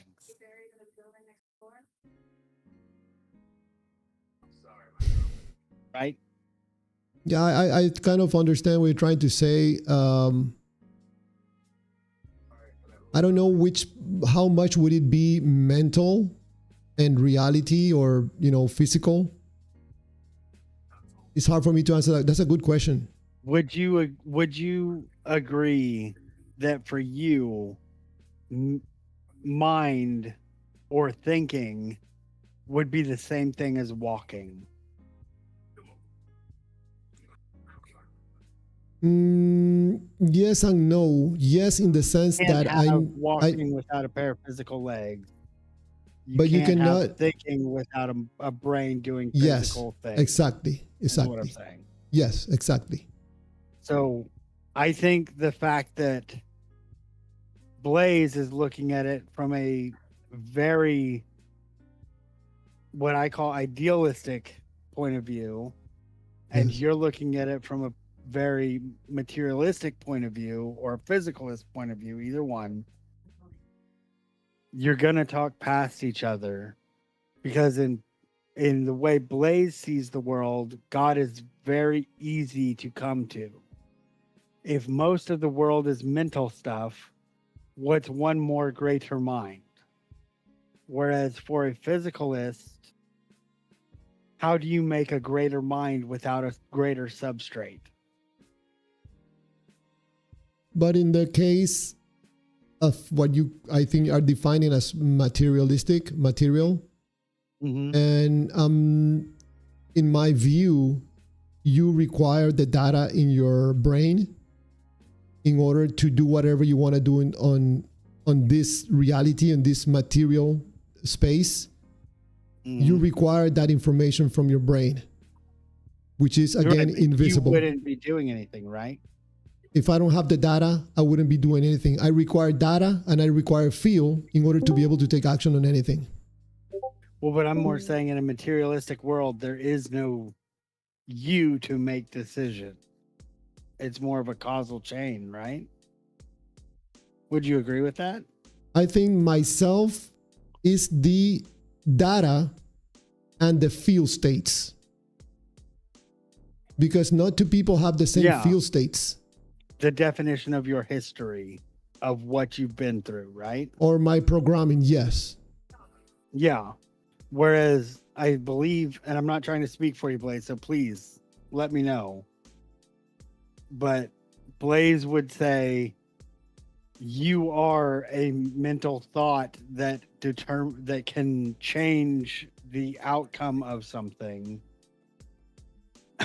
And therefore you determine the physical state that is. Is that fair, Blaze, or am I way off? To a certain degree. I mean, I think there's a certain bit of influence that we have. But, I mean, I think that reality is more complex than simply mental or physical. I just think that our experience as being alive and being self is experienced through the mental realm with influence from physical reception. Whether that be vision, sight, hearing, our senses basically feed into it. But I think what is actually happening and what actual reality is much deeper than that. Well, so I kind of want to explore that with you a little bit and see if I can push you more towards 100% ideal. Sure. Why do you need a physical representation at all if you can give bounds to the mind? I just think it's a current state that we're in. I think it's part of the progressive level. I think that think about it like a computer, right? A computer has a program that is into it, and it collects and stores data on hard drives, software and whatnot. All of that exists with an energy level. It can be replicated onto other drives. It exists outside of the physical hardware, but the physical hardware contains it, and its interactions with the data that's stored there is through the physical hardware, like keyboard input, for example, or mouse. So I think as like a physicalist argument. Okay. Because if you take away the computer, how do you configure that energy without a physical substrate to guide that energy into the configuration that makes that data?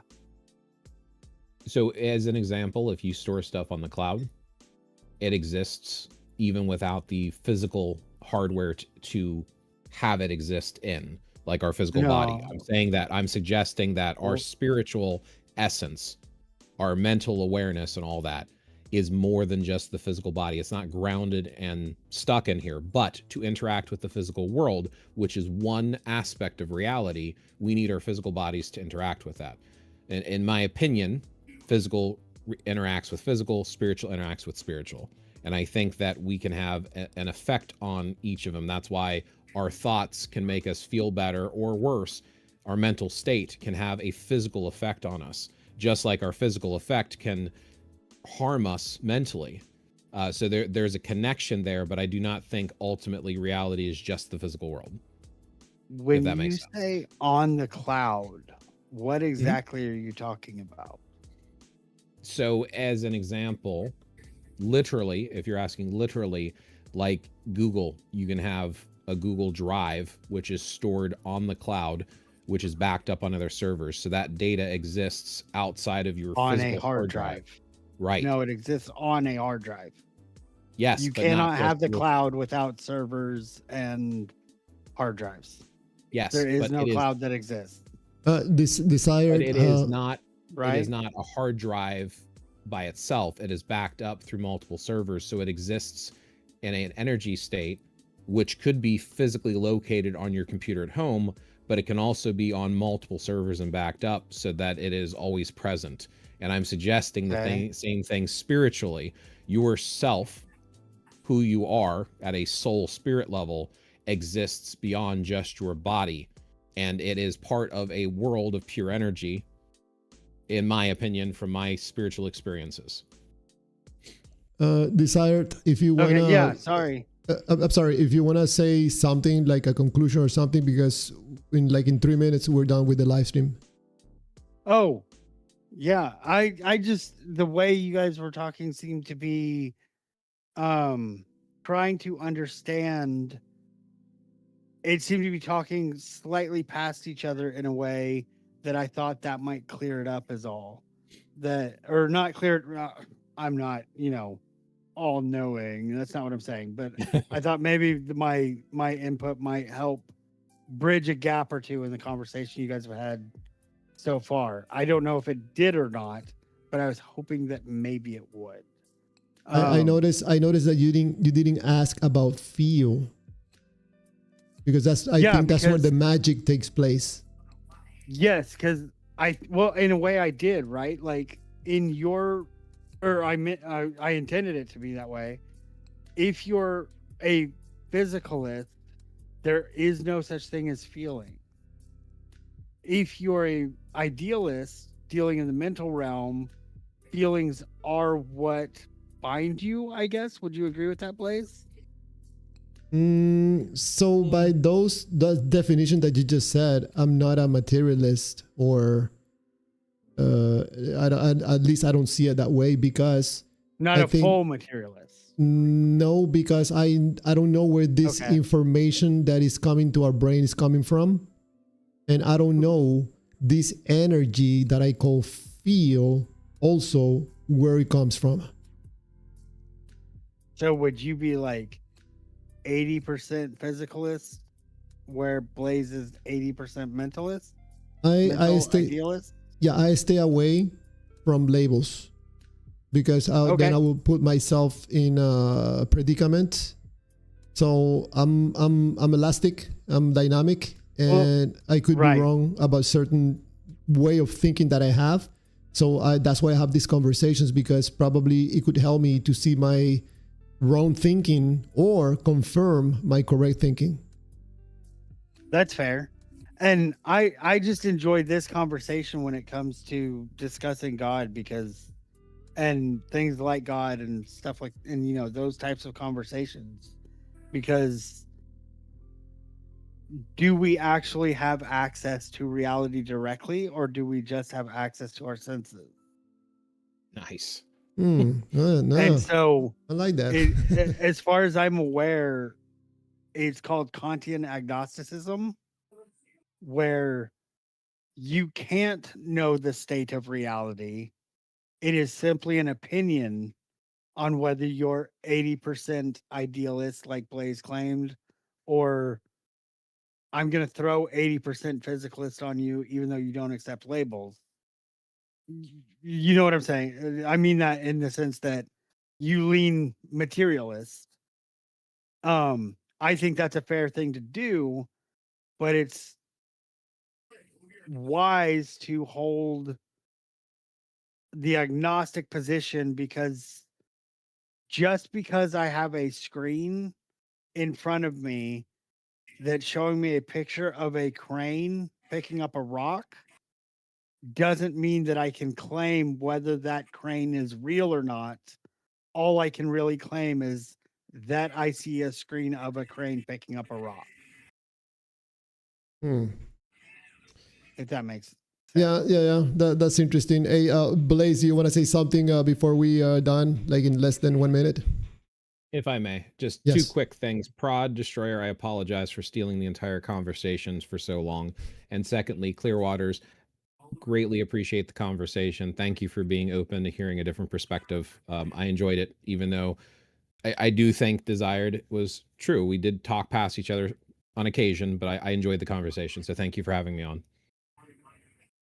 Thank you, Blaze. I appreciate you. That was a great conversation. I think you did really, really good, very respectful. Also, Desire, thank you so much for really interesting questions. I think that this conversation will be of value if we can continue it. And of course, Destroyer, thank you so much also for participating. You're like watching TV or something on the background. I can hear the TV. Yes. Thank you. And someone has a bird. I could hear a bird on the background, but it didn't bother me, so it's That's fine. not me. Okay. That was me. All right, no problem, guys. Thank you so much, Blaze, Desired, and Destroyer. Thank you so much. Have a great night, and everybody on the live stream. Thank you so much. I know that some viewer was asking me to ask the callers a few questions, but when I'm engaged in the conversation directly, I have a difficult time multitasking. So I apologize for not asking your questions to the callers. So that's a little bit of a problem, like not multitasking. If I start looking at the chat, I lose concentration, and I don't think it's fair for the caller that is taking the time to call in. So thank you so much. This was the live stream about God exists versus God must exist. Thank you so much. Have a great night, and I'll see you again tomorrow night. Have a great day. See you.